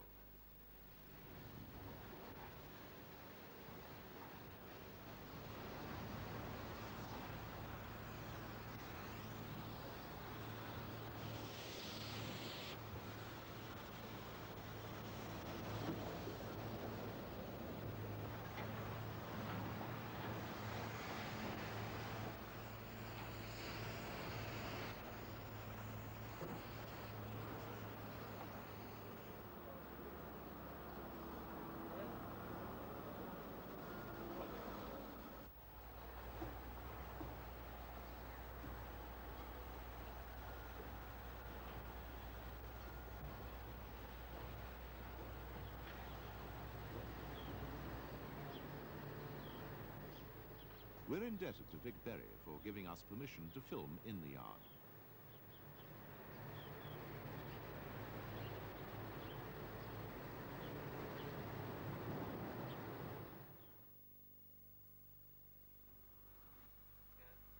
1987's autumn was notable for the number of preserved railway galas. The Severn Valley ran two, a steam gala in September and a diesel gala in October. The latter was notable for the return to traffic of BR Class 40, number D335, seen approaching Bewdley.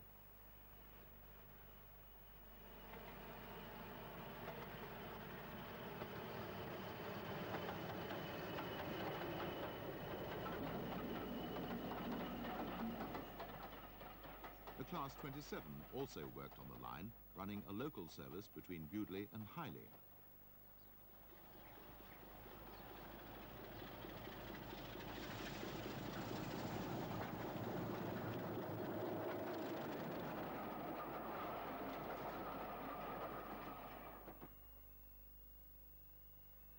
The peaks were represented by D4 from Butterley. The 17 miles of the Severn Valley enabled it to stretch its legs.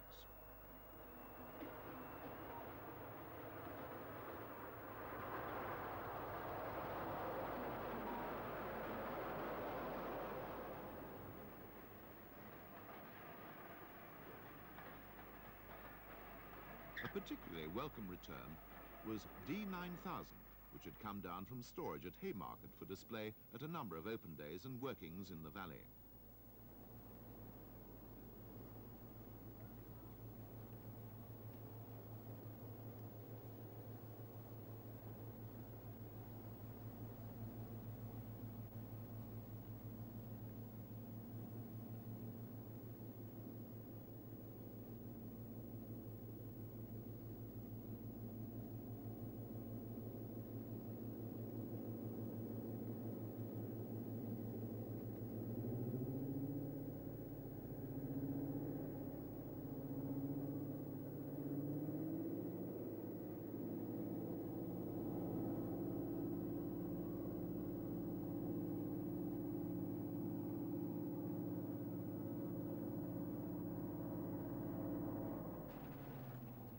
At Highley, the EM2 electric recovered from Holland was on display as the second Deltic 9019 departed for Kidderminster.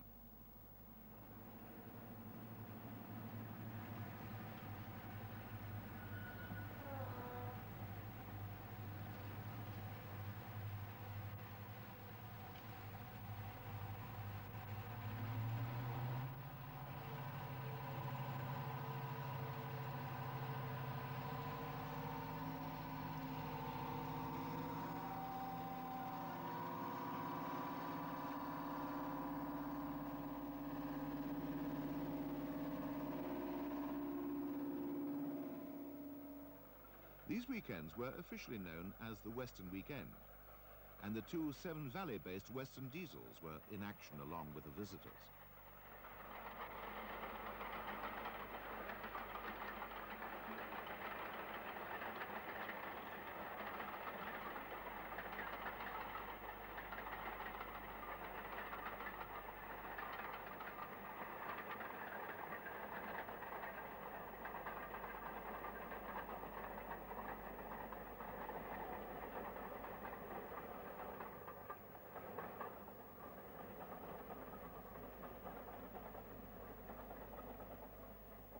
As with all Severn Valley diesel workings, some steam workings were required, and Somerset and Dorset 7F 53809 made a welcome appearance at the diesel weekend and is seen climbing out of Bewdley to Kidderminster.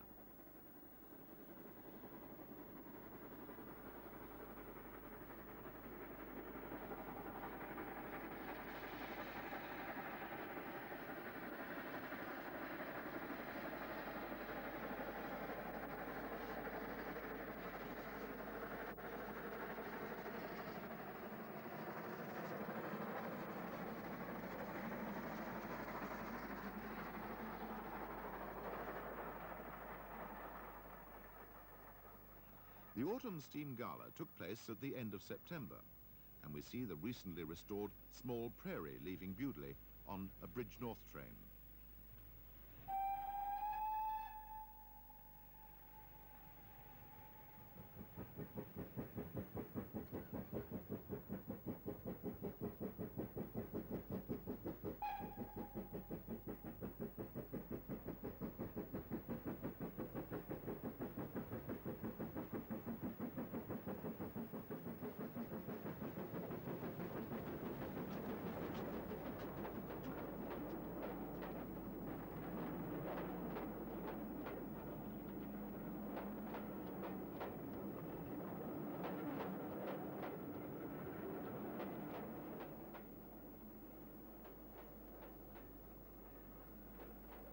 The visiting South Wales tank from Telford was used on demonstration goods trains, as seen here approaching Bewdley.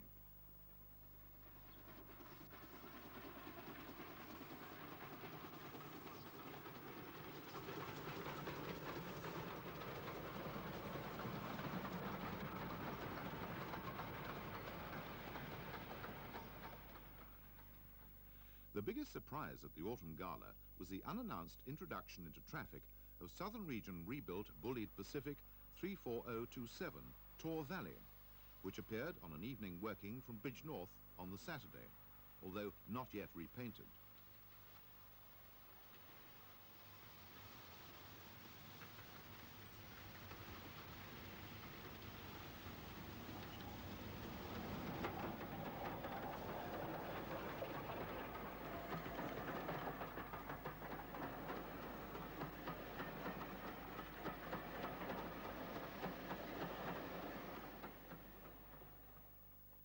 The North Yorkshire Moors Gala was enhanced by through running to Whitby. Although it had been hoped to use some of the Moors' own mainline approved steam engines, in the event it was Evening Star which was dispatched from the NRM, together with the GW 150 set, to work all the runs over the BR line. The NYMR is hoping to negotiate through running on a more permanent basis with BR. Here we see Evening Star leaving Whitby on the Sunday.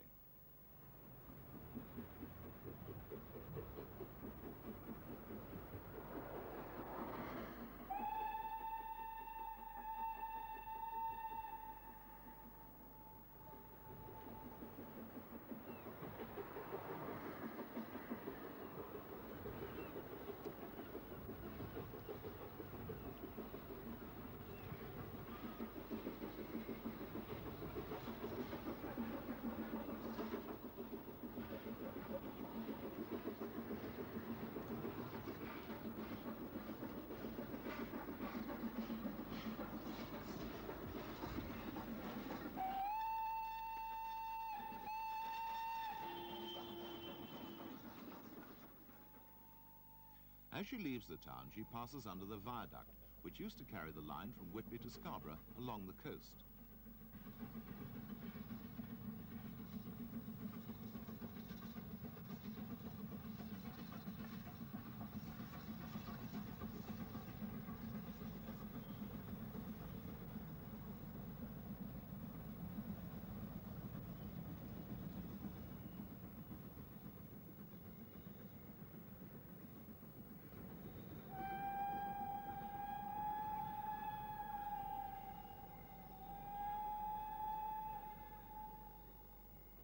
The gala witnessed double heading by the line's tank engines, and here we see Joem, recently returned from overhaul at ICI Wilton, together with the Lambton tank, attacking the climb near Beck Hole.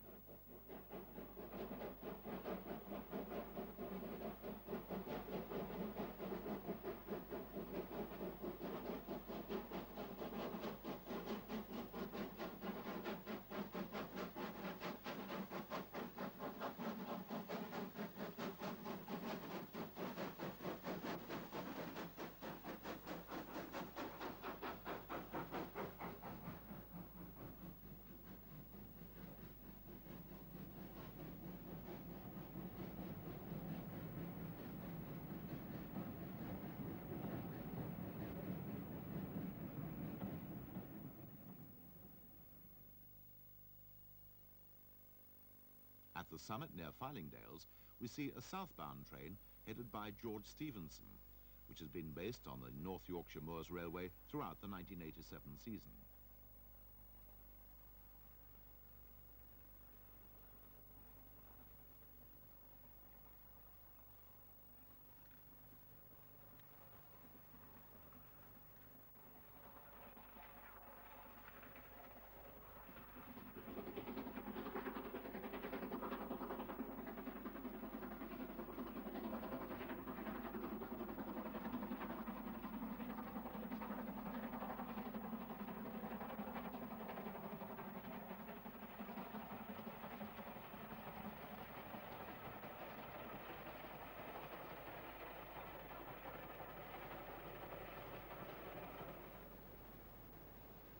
Further double-heading was evident at Llangollen, where the railway held its first gala. The Jinty is a resident, but the Pannier is visiting the line. The station is situated alongside a river and is exceedingly picturesque.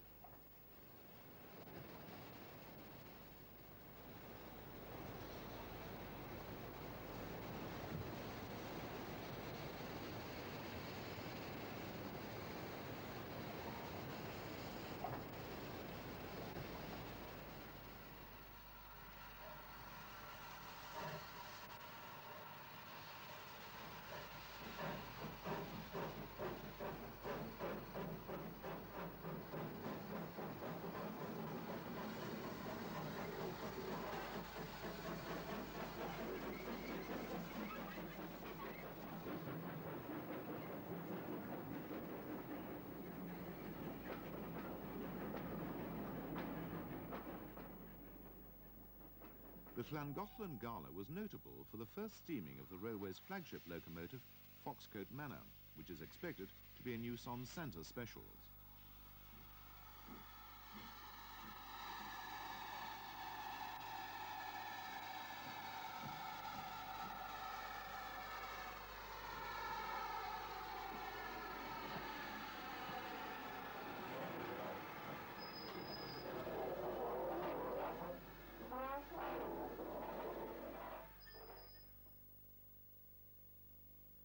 Must be the Scottish Railway Preservation Society's run from Fort William over Rannoch Moor on October the 15th, with Black 5, number 5305, returning from her season on the West Highland extension to Malay. We followed this trip from the air, as it's impossible to get onto the wilds of Rannoch Moor by car. We first picked up the train as it ran between Fort William and Speen Bridge. The train made a stop to cross a service train at Tulloch. Then the Black 5 set out on the climb across the moor to Corroor Summit.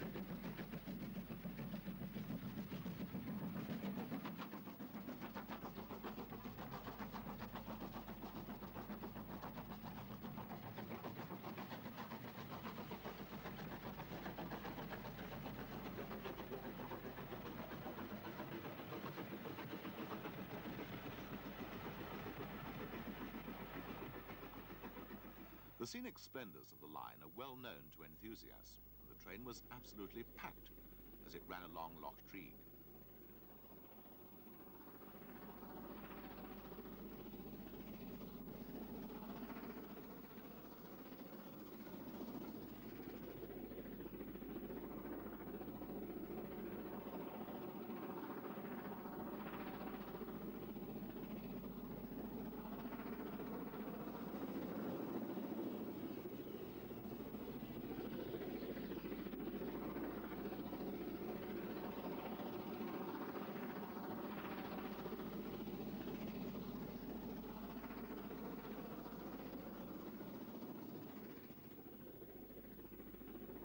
A stop was made for watering purposes just short of Corroor.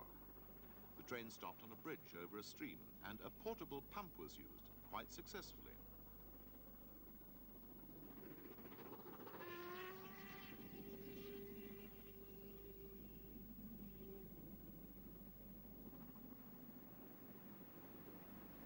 The summit was passed at slow speed as the train approached Corroor station.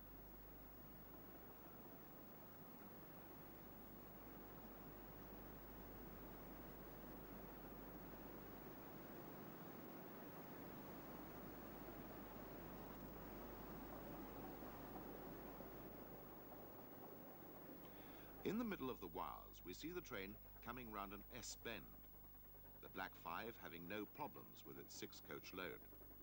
The wild beauty of the moorland disguises a very hostile nature, as it's extremely exposed, and trains have often been held up in the snow in depths of winter. However, no problems arose on this journey, which was accomplished perfectly.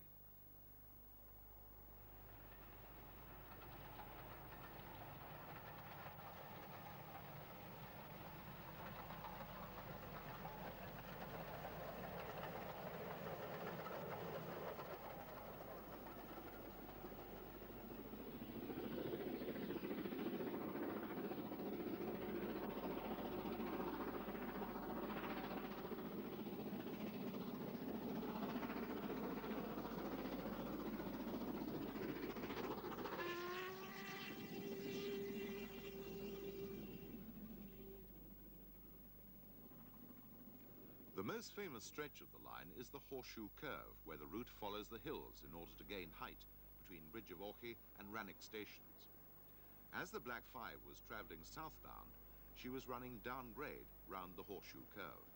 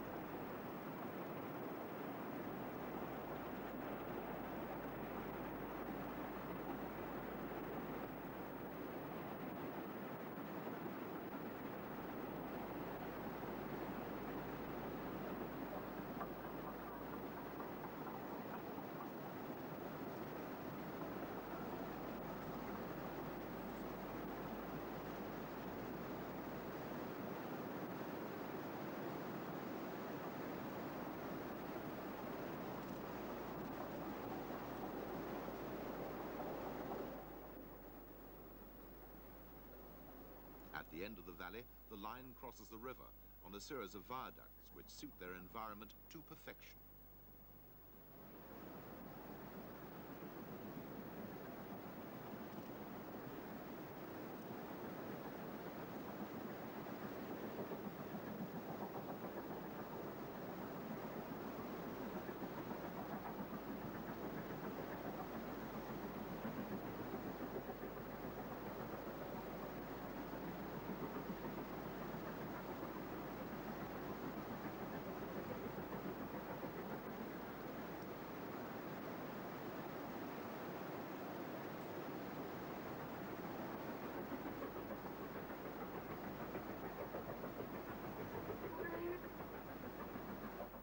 Note the snow fences alongside the line.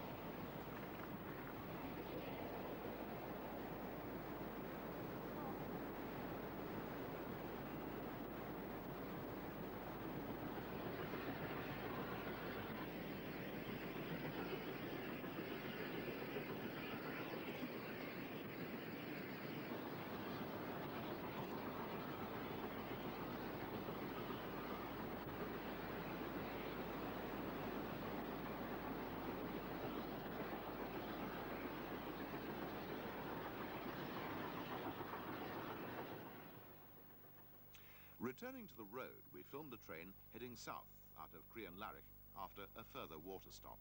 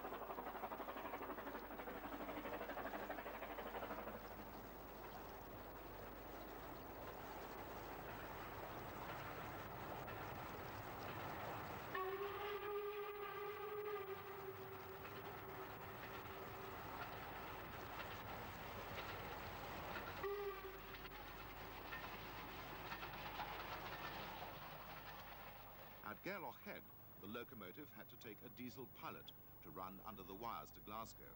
But as a bonus, the train ran in darkness from Glasgow to Edinburgh, behind steam power only. A further run was made in November, with the K1, which will be featured in our next issue.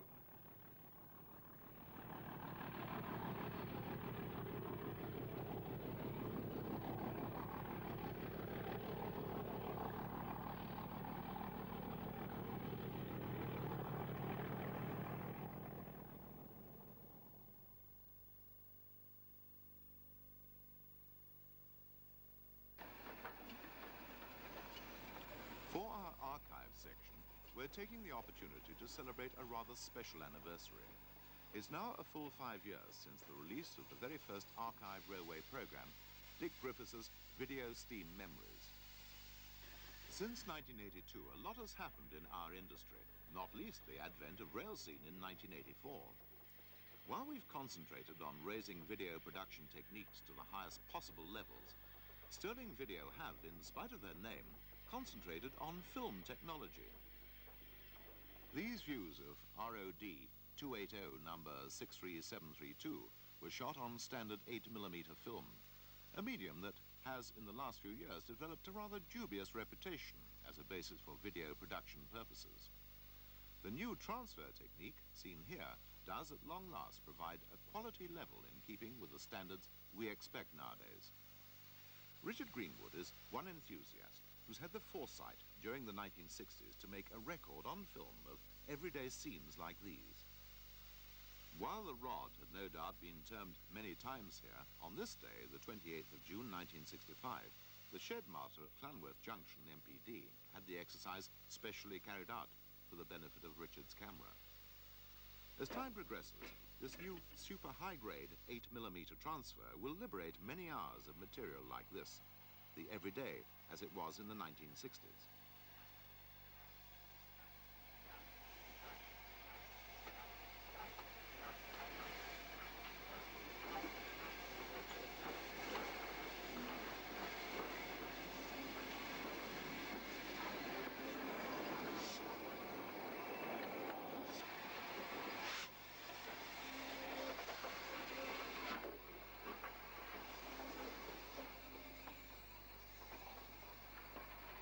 The process does have other equally important applications. For example, this 9.5mm film dating from 1935 of the Linton and Barnstable Railway.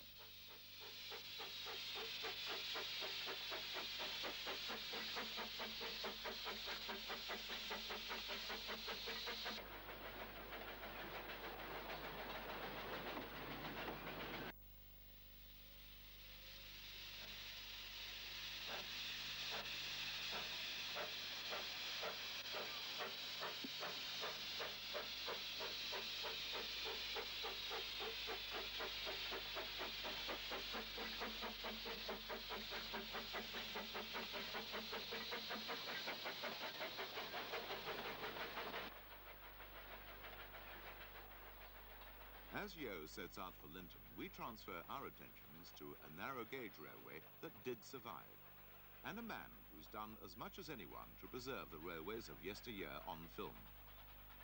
Author and photographer Pat Whitehouse played a major role in the saving and reopening of the Llyn in 1951.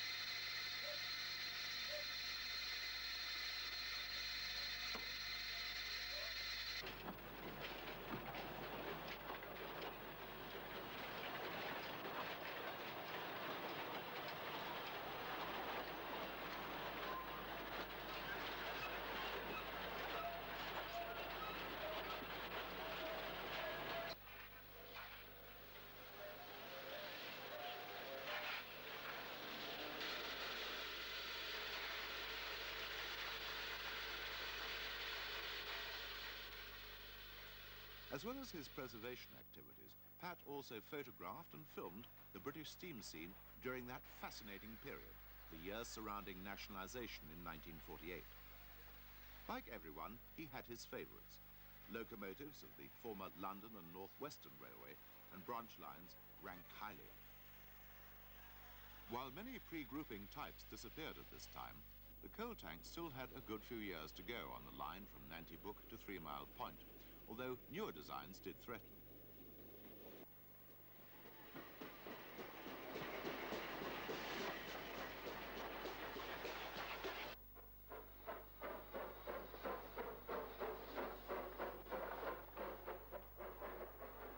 Within a decade, Pat Whitehouse had joined forces with John Adams to film for their legendary BBC television series Railway Roundabout. In those days, all TV broadcasts were in black and white. As well as a change from filming at 16 to 24 frames per second, a change to black and white film was made. Right there, I'll do the points.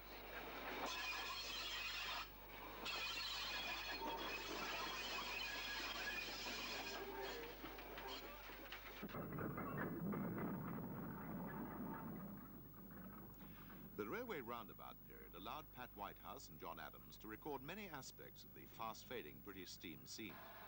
Even in 1962, the retention of Victorian locomotives to work this line was an anachronism. However, there was much to record of an everyday nature.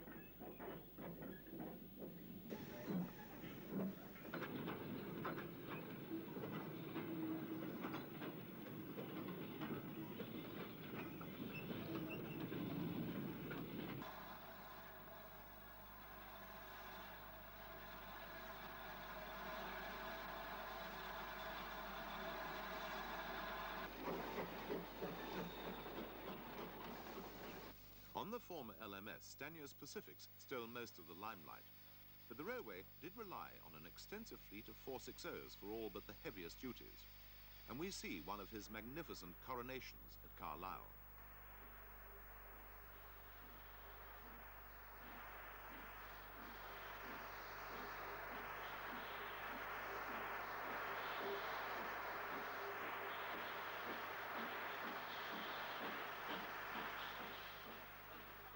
While much of the railway roundabout material was shot on black and white stock, Pat Whitehouse did by no means abandon colour film.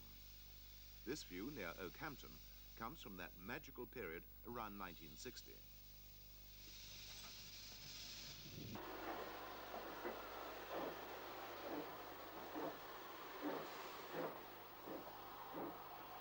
In addition to the work of Whitehouse and Adams, Dick Griffiths has made available a further priceless record in the shape of material shot by the late Gilbert Kilburn. In addition to being shot on 16mm colour film, Gilbert's material recorded everyday steam throughout the United Kingdom. These scenes were shot at Low Gill, on the West Coast main line, south of the Lune Gorge. A Patriot on a goods was the highlight of this day's filming.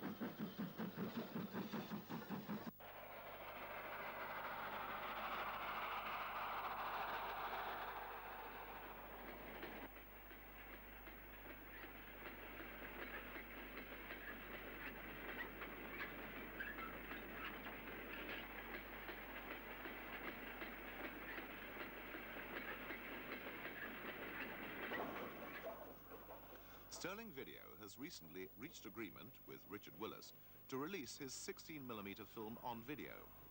Richard has a vast collection, part of which was formerly available as Liss films. This is perhaps one of the most significant collections of film of railway subjects in existence, covering such scenes as these.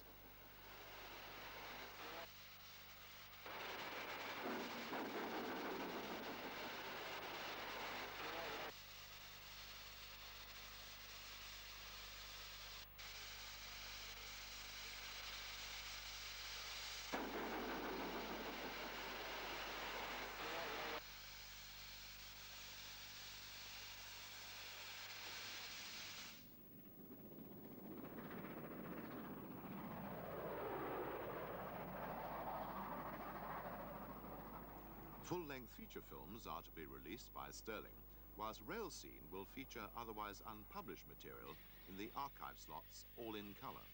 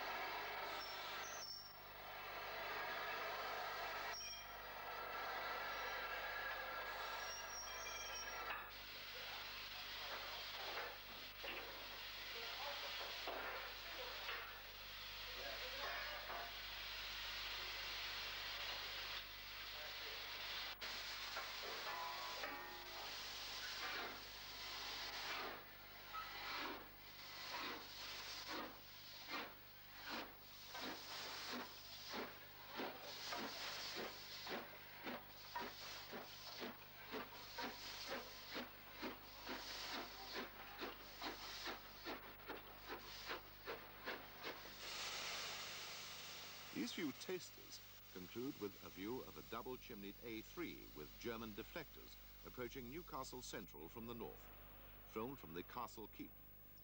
Compare this to the junction today, as seen in our cab ride.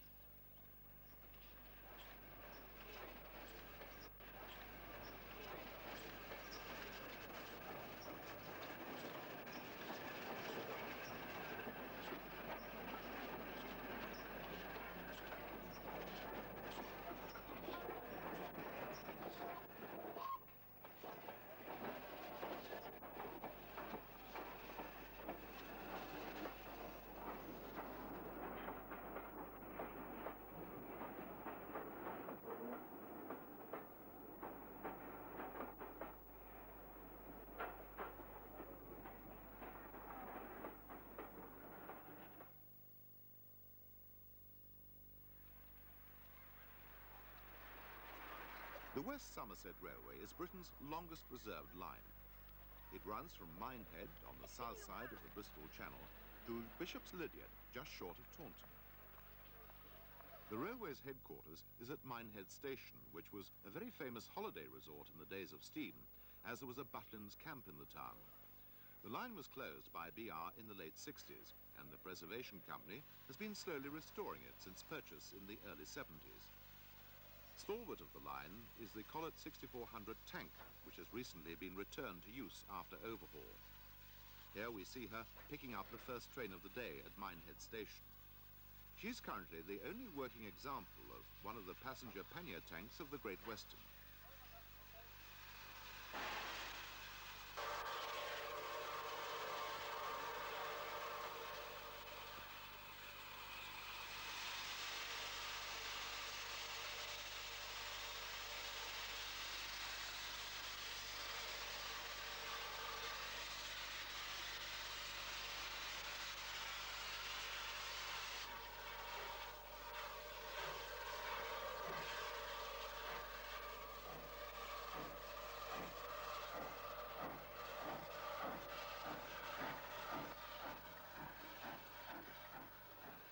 The former goods shed acts as a locomotive shed and restoration base, where the Collett 060 goods, which was formerly on the Severn Valley, can be seen.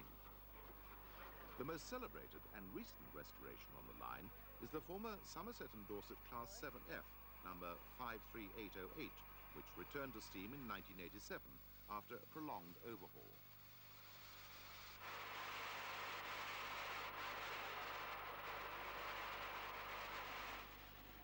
The locomotive was purchased by the Somerset and Dorset Railway Trust and originally based at Radstock on the Somerset and Dorset.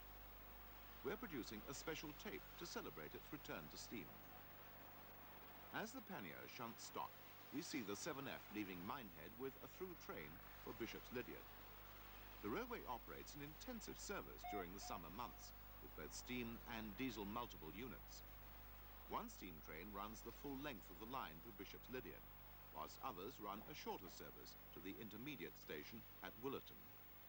On Saturdays, the shopper's service is run, using the DMUs with bus connections from Bishop's Lydeard to Taunton, thus providing a valuable service for the local community.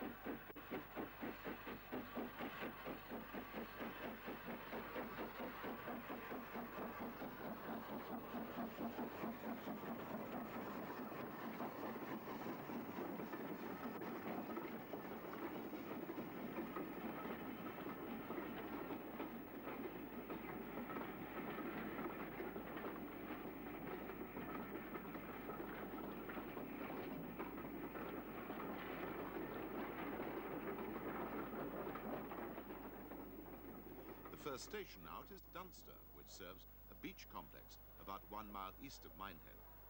The station is a single line platform without a crossing loop.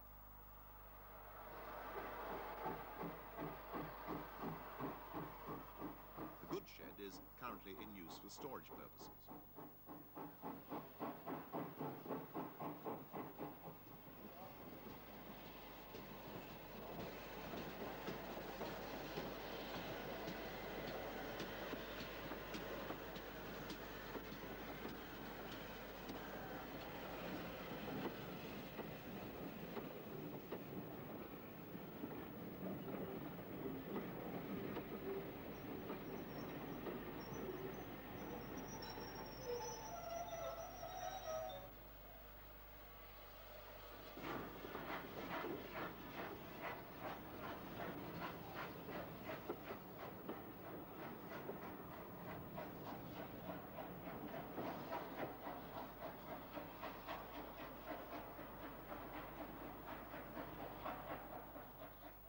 The first crossing loop is at Blue Anchor, and here we see the visiting Great Western Prairie Tank double heading with the railway's Bagnall Saddle Tank Victor approaching the station.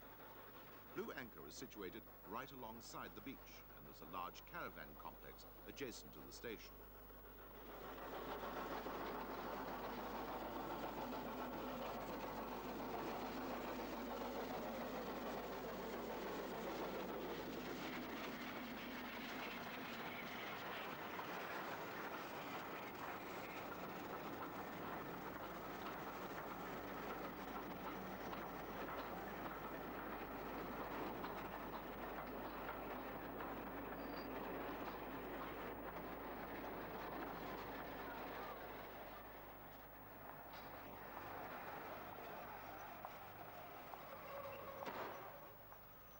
Victor is a shunting engine and is not really suitable for use on a long line such as the West Somerset, and it's likely to be offered for sale in the near future, as the railway now has a comprehensive locomotive stock. As the line leaves Blue Anchor, it turns inland towards Washford up a severe bank, and here we see the 7F climbing towards Washford.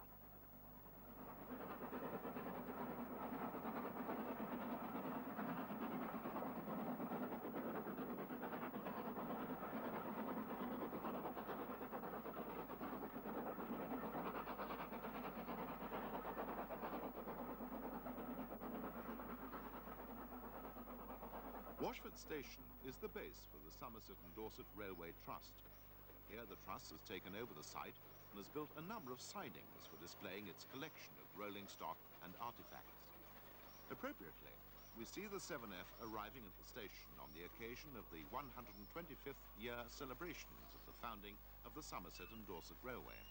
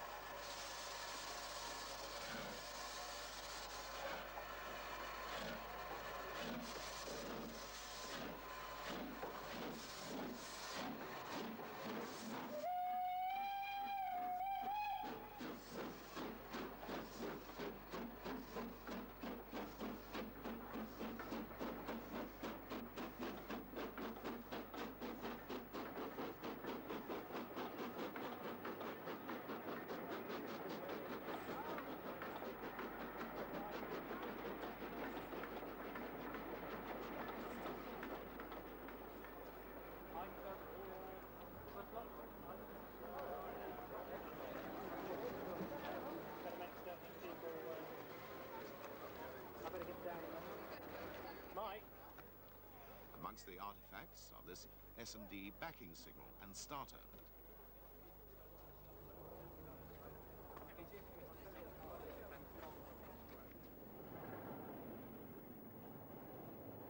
After Washford, the railway turns back towards the coast at Watchet, and here we see the railway's demonstration goods train hauled by a Class 07 diesel running westwards from Watchet to Minehead.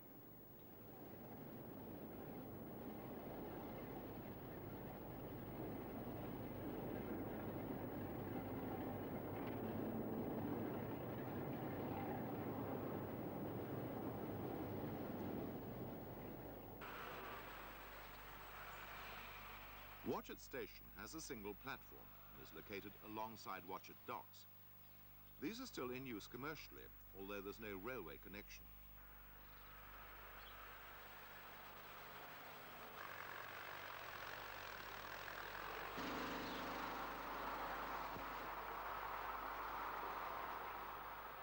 The last stretch of the line alongside the sea is immediately beyond Watchet, where the line climbs up before curving inland to Willerton. Here we see the Great Western Society's Prairie Tank on a demonstration goods train. We'll continue the story of the West Somerset Railway in our next issue.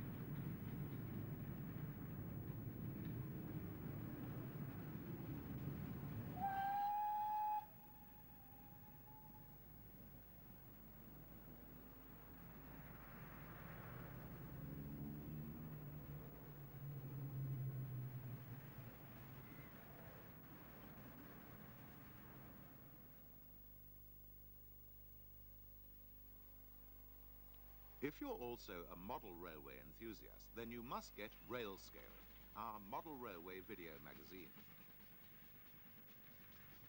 We cover some of the most outstanding model railways, such as Pendon, seen here, or the Bromford and High Peak, with its fabulous collection of exhibition locomotives.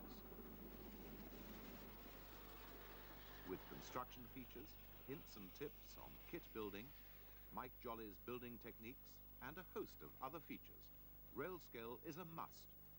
Full details are to be found in our catalogue, Express. The prototype for the new look on BR is Class 90, number 90001, which has been completed at Crewe Works and is now on test from Derby RTC. Here we see her being propelled by a Class 47 on the old Dalby test track. Although the test track has a stretch of catenary, this is no longer energized, and the Class 90 tests had to be undertaken with diesel power. On the second day we filmed her, the 47 was replaced by a 31, as the 47 had suffered from wheel flats. The locomotive is for use on the West Coast Main Line, together with a further 49 examples. Originally, BR ordered 29 locomotives with an option for a further 21 to be exercised during 1987, and this option has now been taken up. All locomotives will be built at BREL Crewe.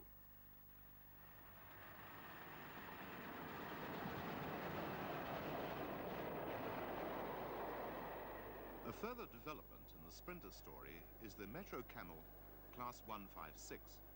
This is the first of a production series and follows on from the Class 151 prototypes built by Metcam some years back. The unit was released at the end of October and undertook trials from Birmingham to Banbury.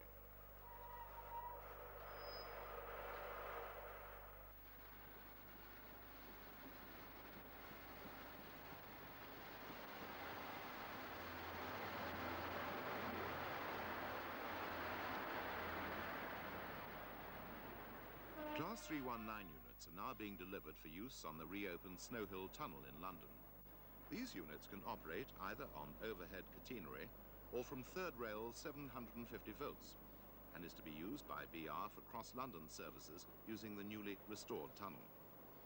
Here we see 319004 on the second working of one of these units through the tunnel as she approaches the AC territory at Farringdon. At the platform, the first coupling of 319 units was undertaken as the first unit is coupled up to number 4.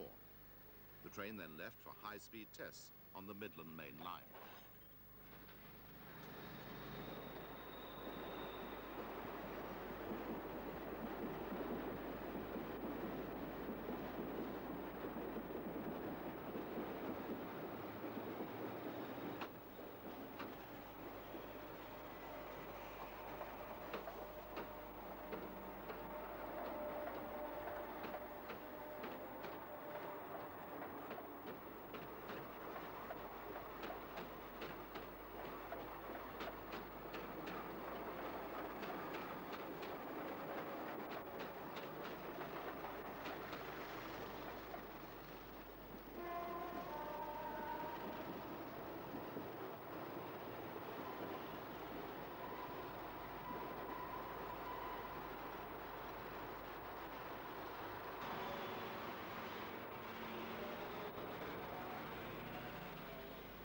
Another Snow Hill tunnel was reopened in Birmingham.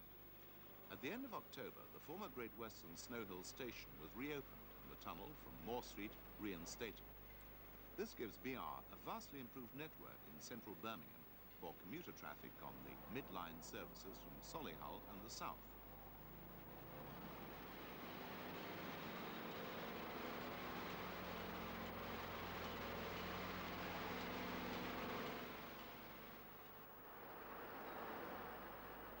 The station has 4 platforms and is built under a car park. This DMU is departing southwards to go through the tunnel to Moore Street.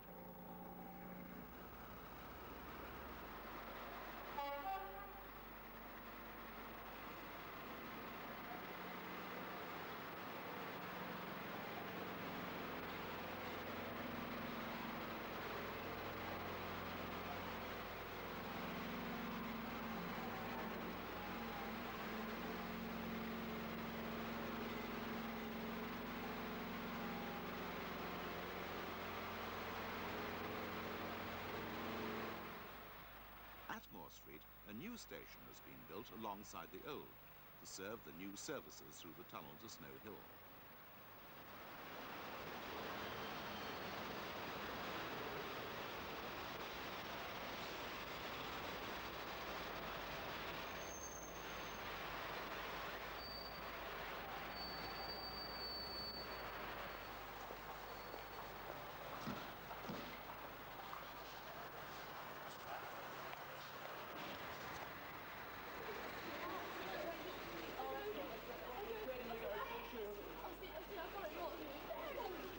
The old station lies alongside, and its closure was marked by special services.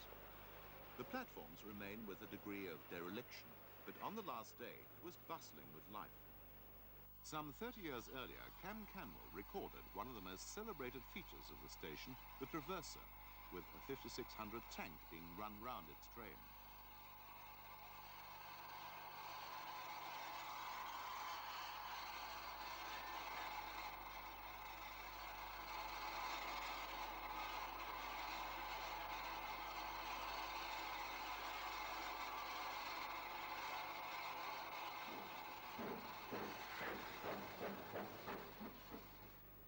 In 1987, the last trains were run by Tyse's Clun Castle and Seven Valleys Small Ivet Mogul. The steam specials were run from Moore Street to Dorwich and attracted vast crowds. It's hoped that Moore Street will be preserved, and Birmingham Railway Museum is studying the feasibility of running a service between the museum and Moore Street with steam.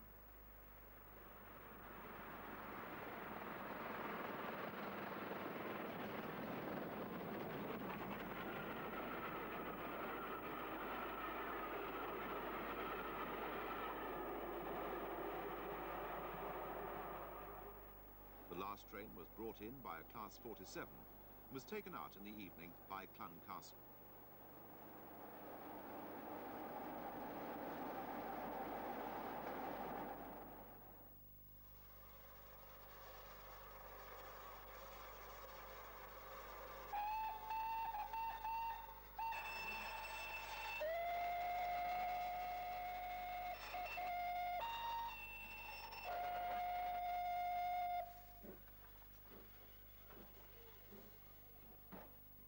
Clun also appeared on mainline workings in South Wales during September. The Carmarthen Expresses were run jointly by Clun and King George V. It had been hoped that Tyse's second castle, Defiant, would work these trains, but she's not yet been used on mainline work, and Clun was used as a substitute.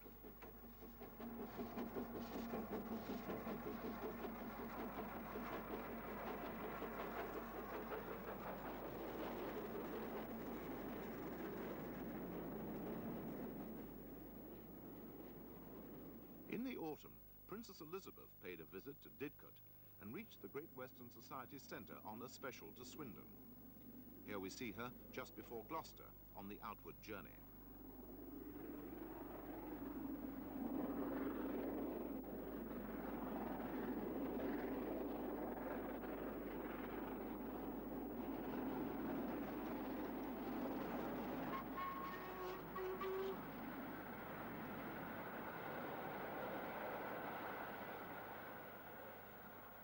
.6201 returned to her base at Hereford in late October, and on a cold morning we see her attacking Sapperton Bank.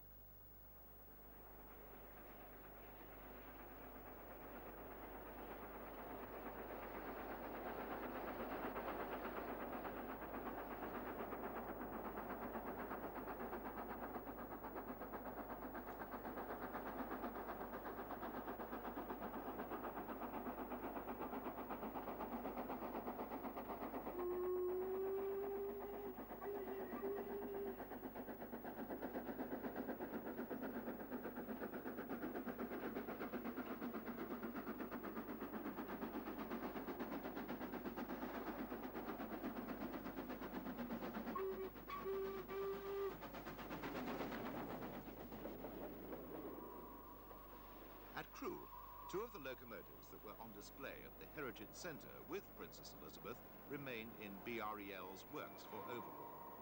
Western Prince is being fully restored to working order in the maroon livery under contract by BREL. The locomotive will be based on the East Lancashire Railway when this is completed, and we're obliged to its owner, Dave Eggleston, who arranged for us to visit the works to film progress on the restoration.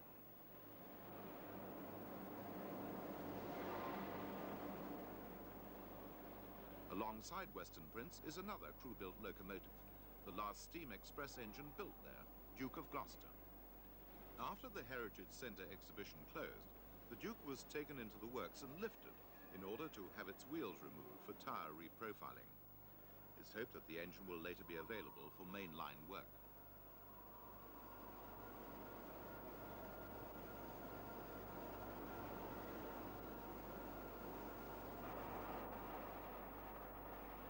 The other mainline steam locomotive that appeared at Crewe was the Midland Railway Centre's 8F, 48151.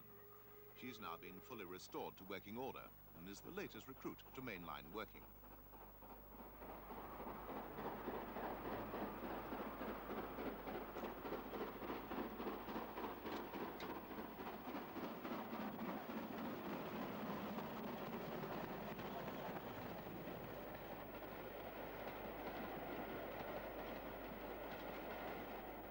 The 8F was a last-minute substitute for Flying Scotsman, which had failed and had been booked for this second and last Buxton working.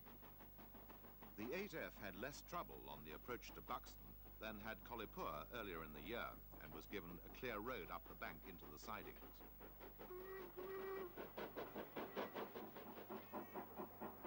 Looking every inch an express passenger locomotive, the 8F returned home after a water stop at Edale.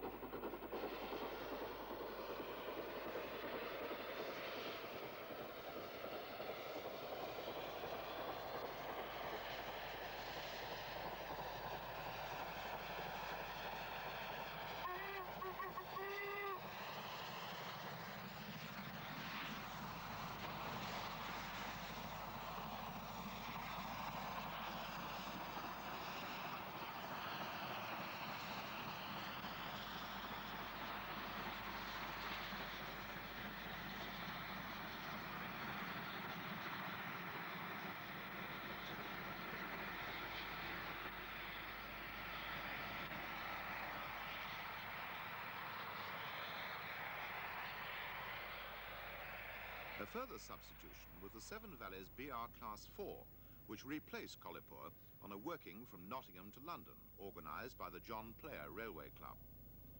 Here she is leaving Nottingham.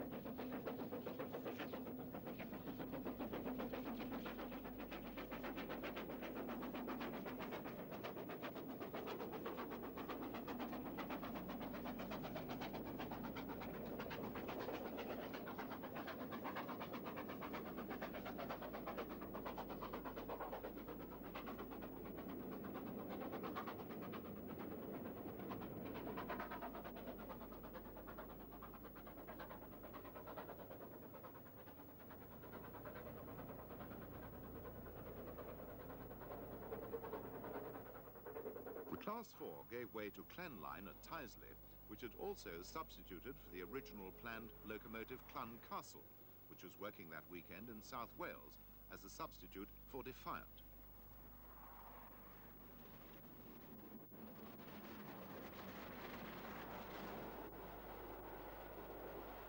The former Great Western Main Line also witnessed the return of Green Arrow to the Railway Museum at York in late August, after a short season working out of Marylebone.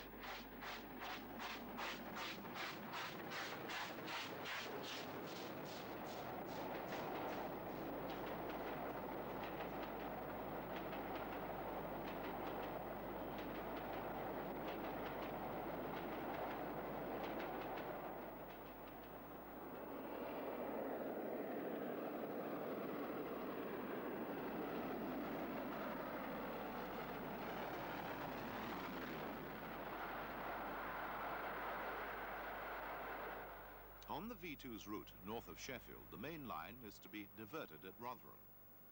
The former Midland station was due for closure and replacement by a new Rotherham Central on the former Great Central route. This Class 45 is running north from Sheffield.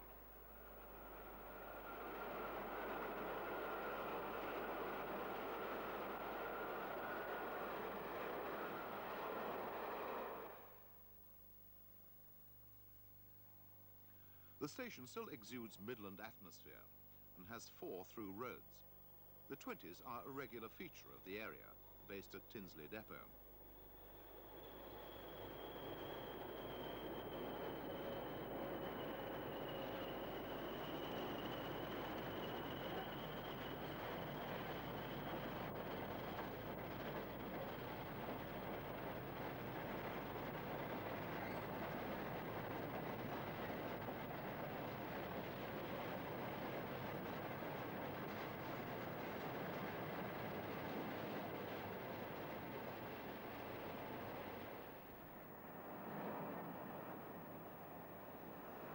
The line sees regular intercity trains, as it's part of the northeast to southwest route, with both locomotive hauled and HST stock.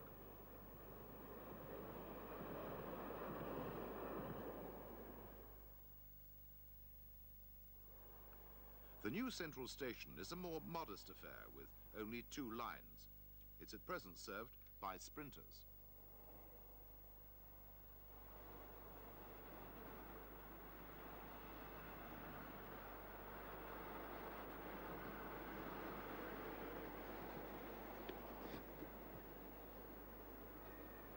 The 150th station to be reopened since the Beeching Axe is at Haddenham in Oxfordshire. This is on the single line Princess Risborough to Banbury route. Most trains are DMUs, although as it's part of the Shakespeare Express route, the opening was celebrated with Sir Nigel Gresley.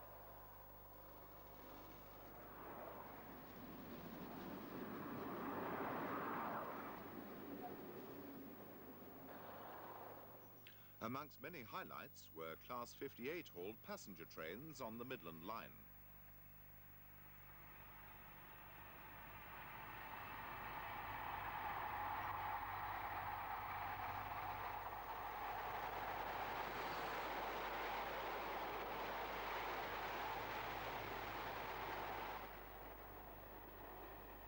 Ian Allen have recently published a book on Pullmans by the late Brian Haresnape. This was launched on the Kent and East Sussex Railway with a special Wealdon Pullman working, seen ascending Tenterden Bank.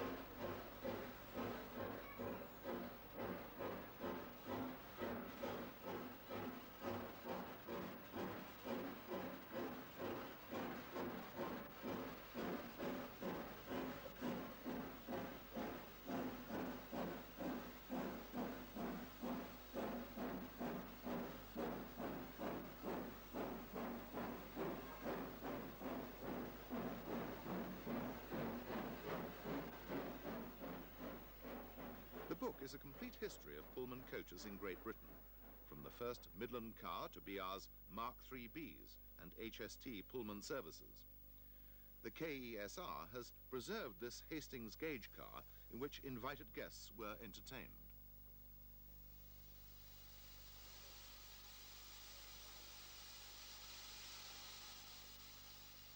Another southern preserved favourite is the Mid-Hants. Swanage has recently returned to steam, at present paired with the tender from Bodmin. Here she leaves Medsted and 4 marks with the T9.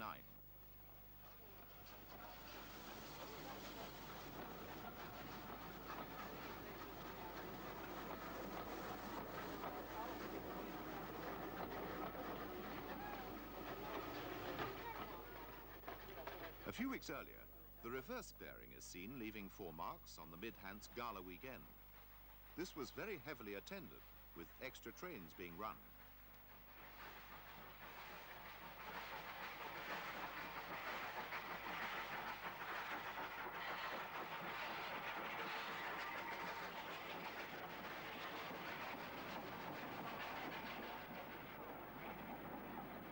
Highlight of the gala was the attending of the Metropolitan No. 1 from Quainton Road, the nearest to a working M7.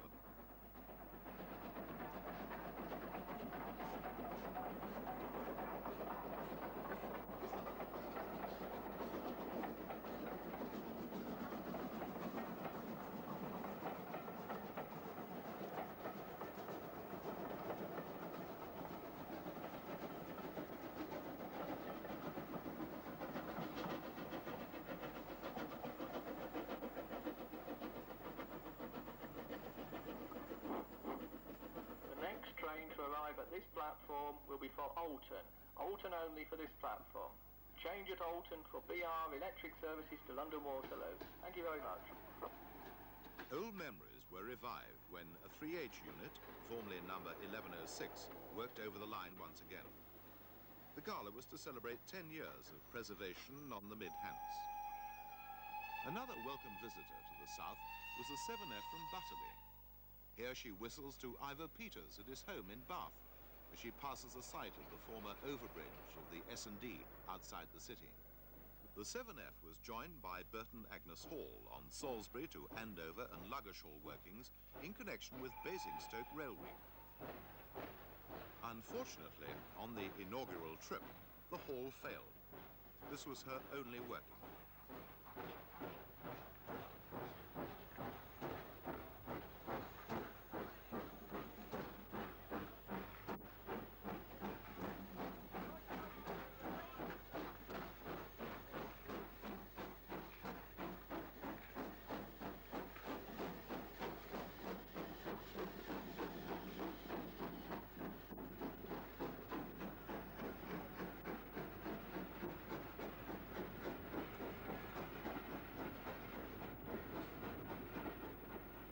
The Hall's failure was not really missed, as the 7F undertook all duties for 2 weekends, no doubt to the joy of many.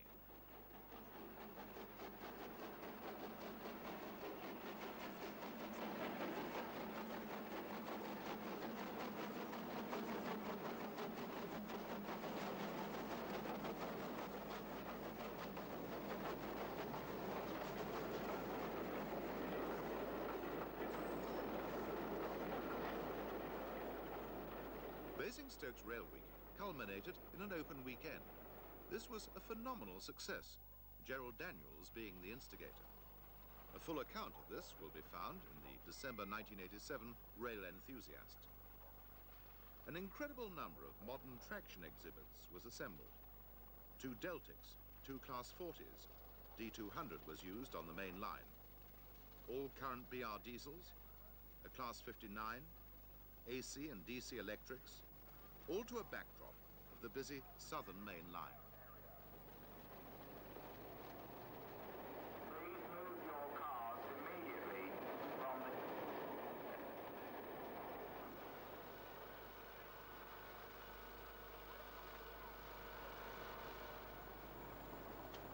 Star exhibit was Michael Jacobs' D100, which was formerly renamed by the Brigadier of the 3rd Worcestershire and Sherwood Foresters. D200 made a spectacular sight as she sped towards Basingstoke under the famous Battledown flyover.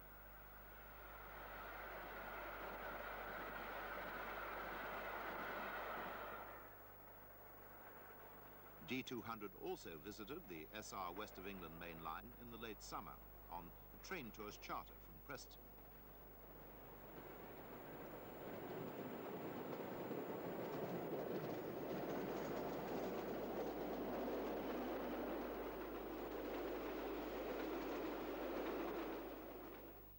In September, D200 acted as station pilot for Flying Scotsman at Southport, at which the preserved 2-car Liverpool electric unit featured.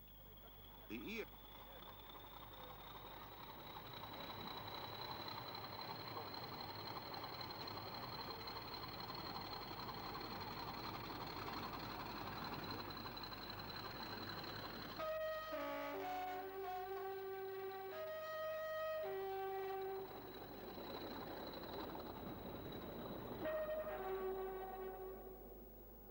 Steam haulage was by Flying Scotsman, working to Wigan and Manchester. After this, 4472 suffered axle box failure and was withdrawn from mainline duties. Other locomotives have substituted for her, and her London Santa duties are to be undertaken by Black 5, number 5305, making the first appearance in preservation in the capital by that ubiquitous class.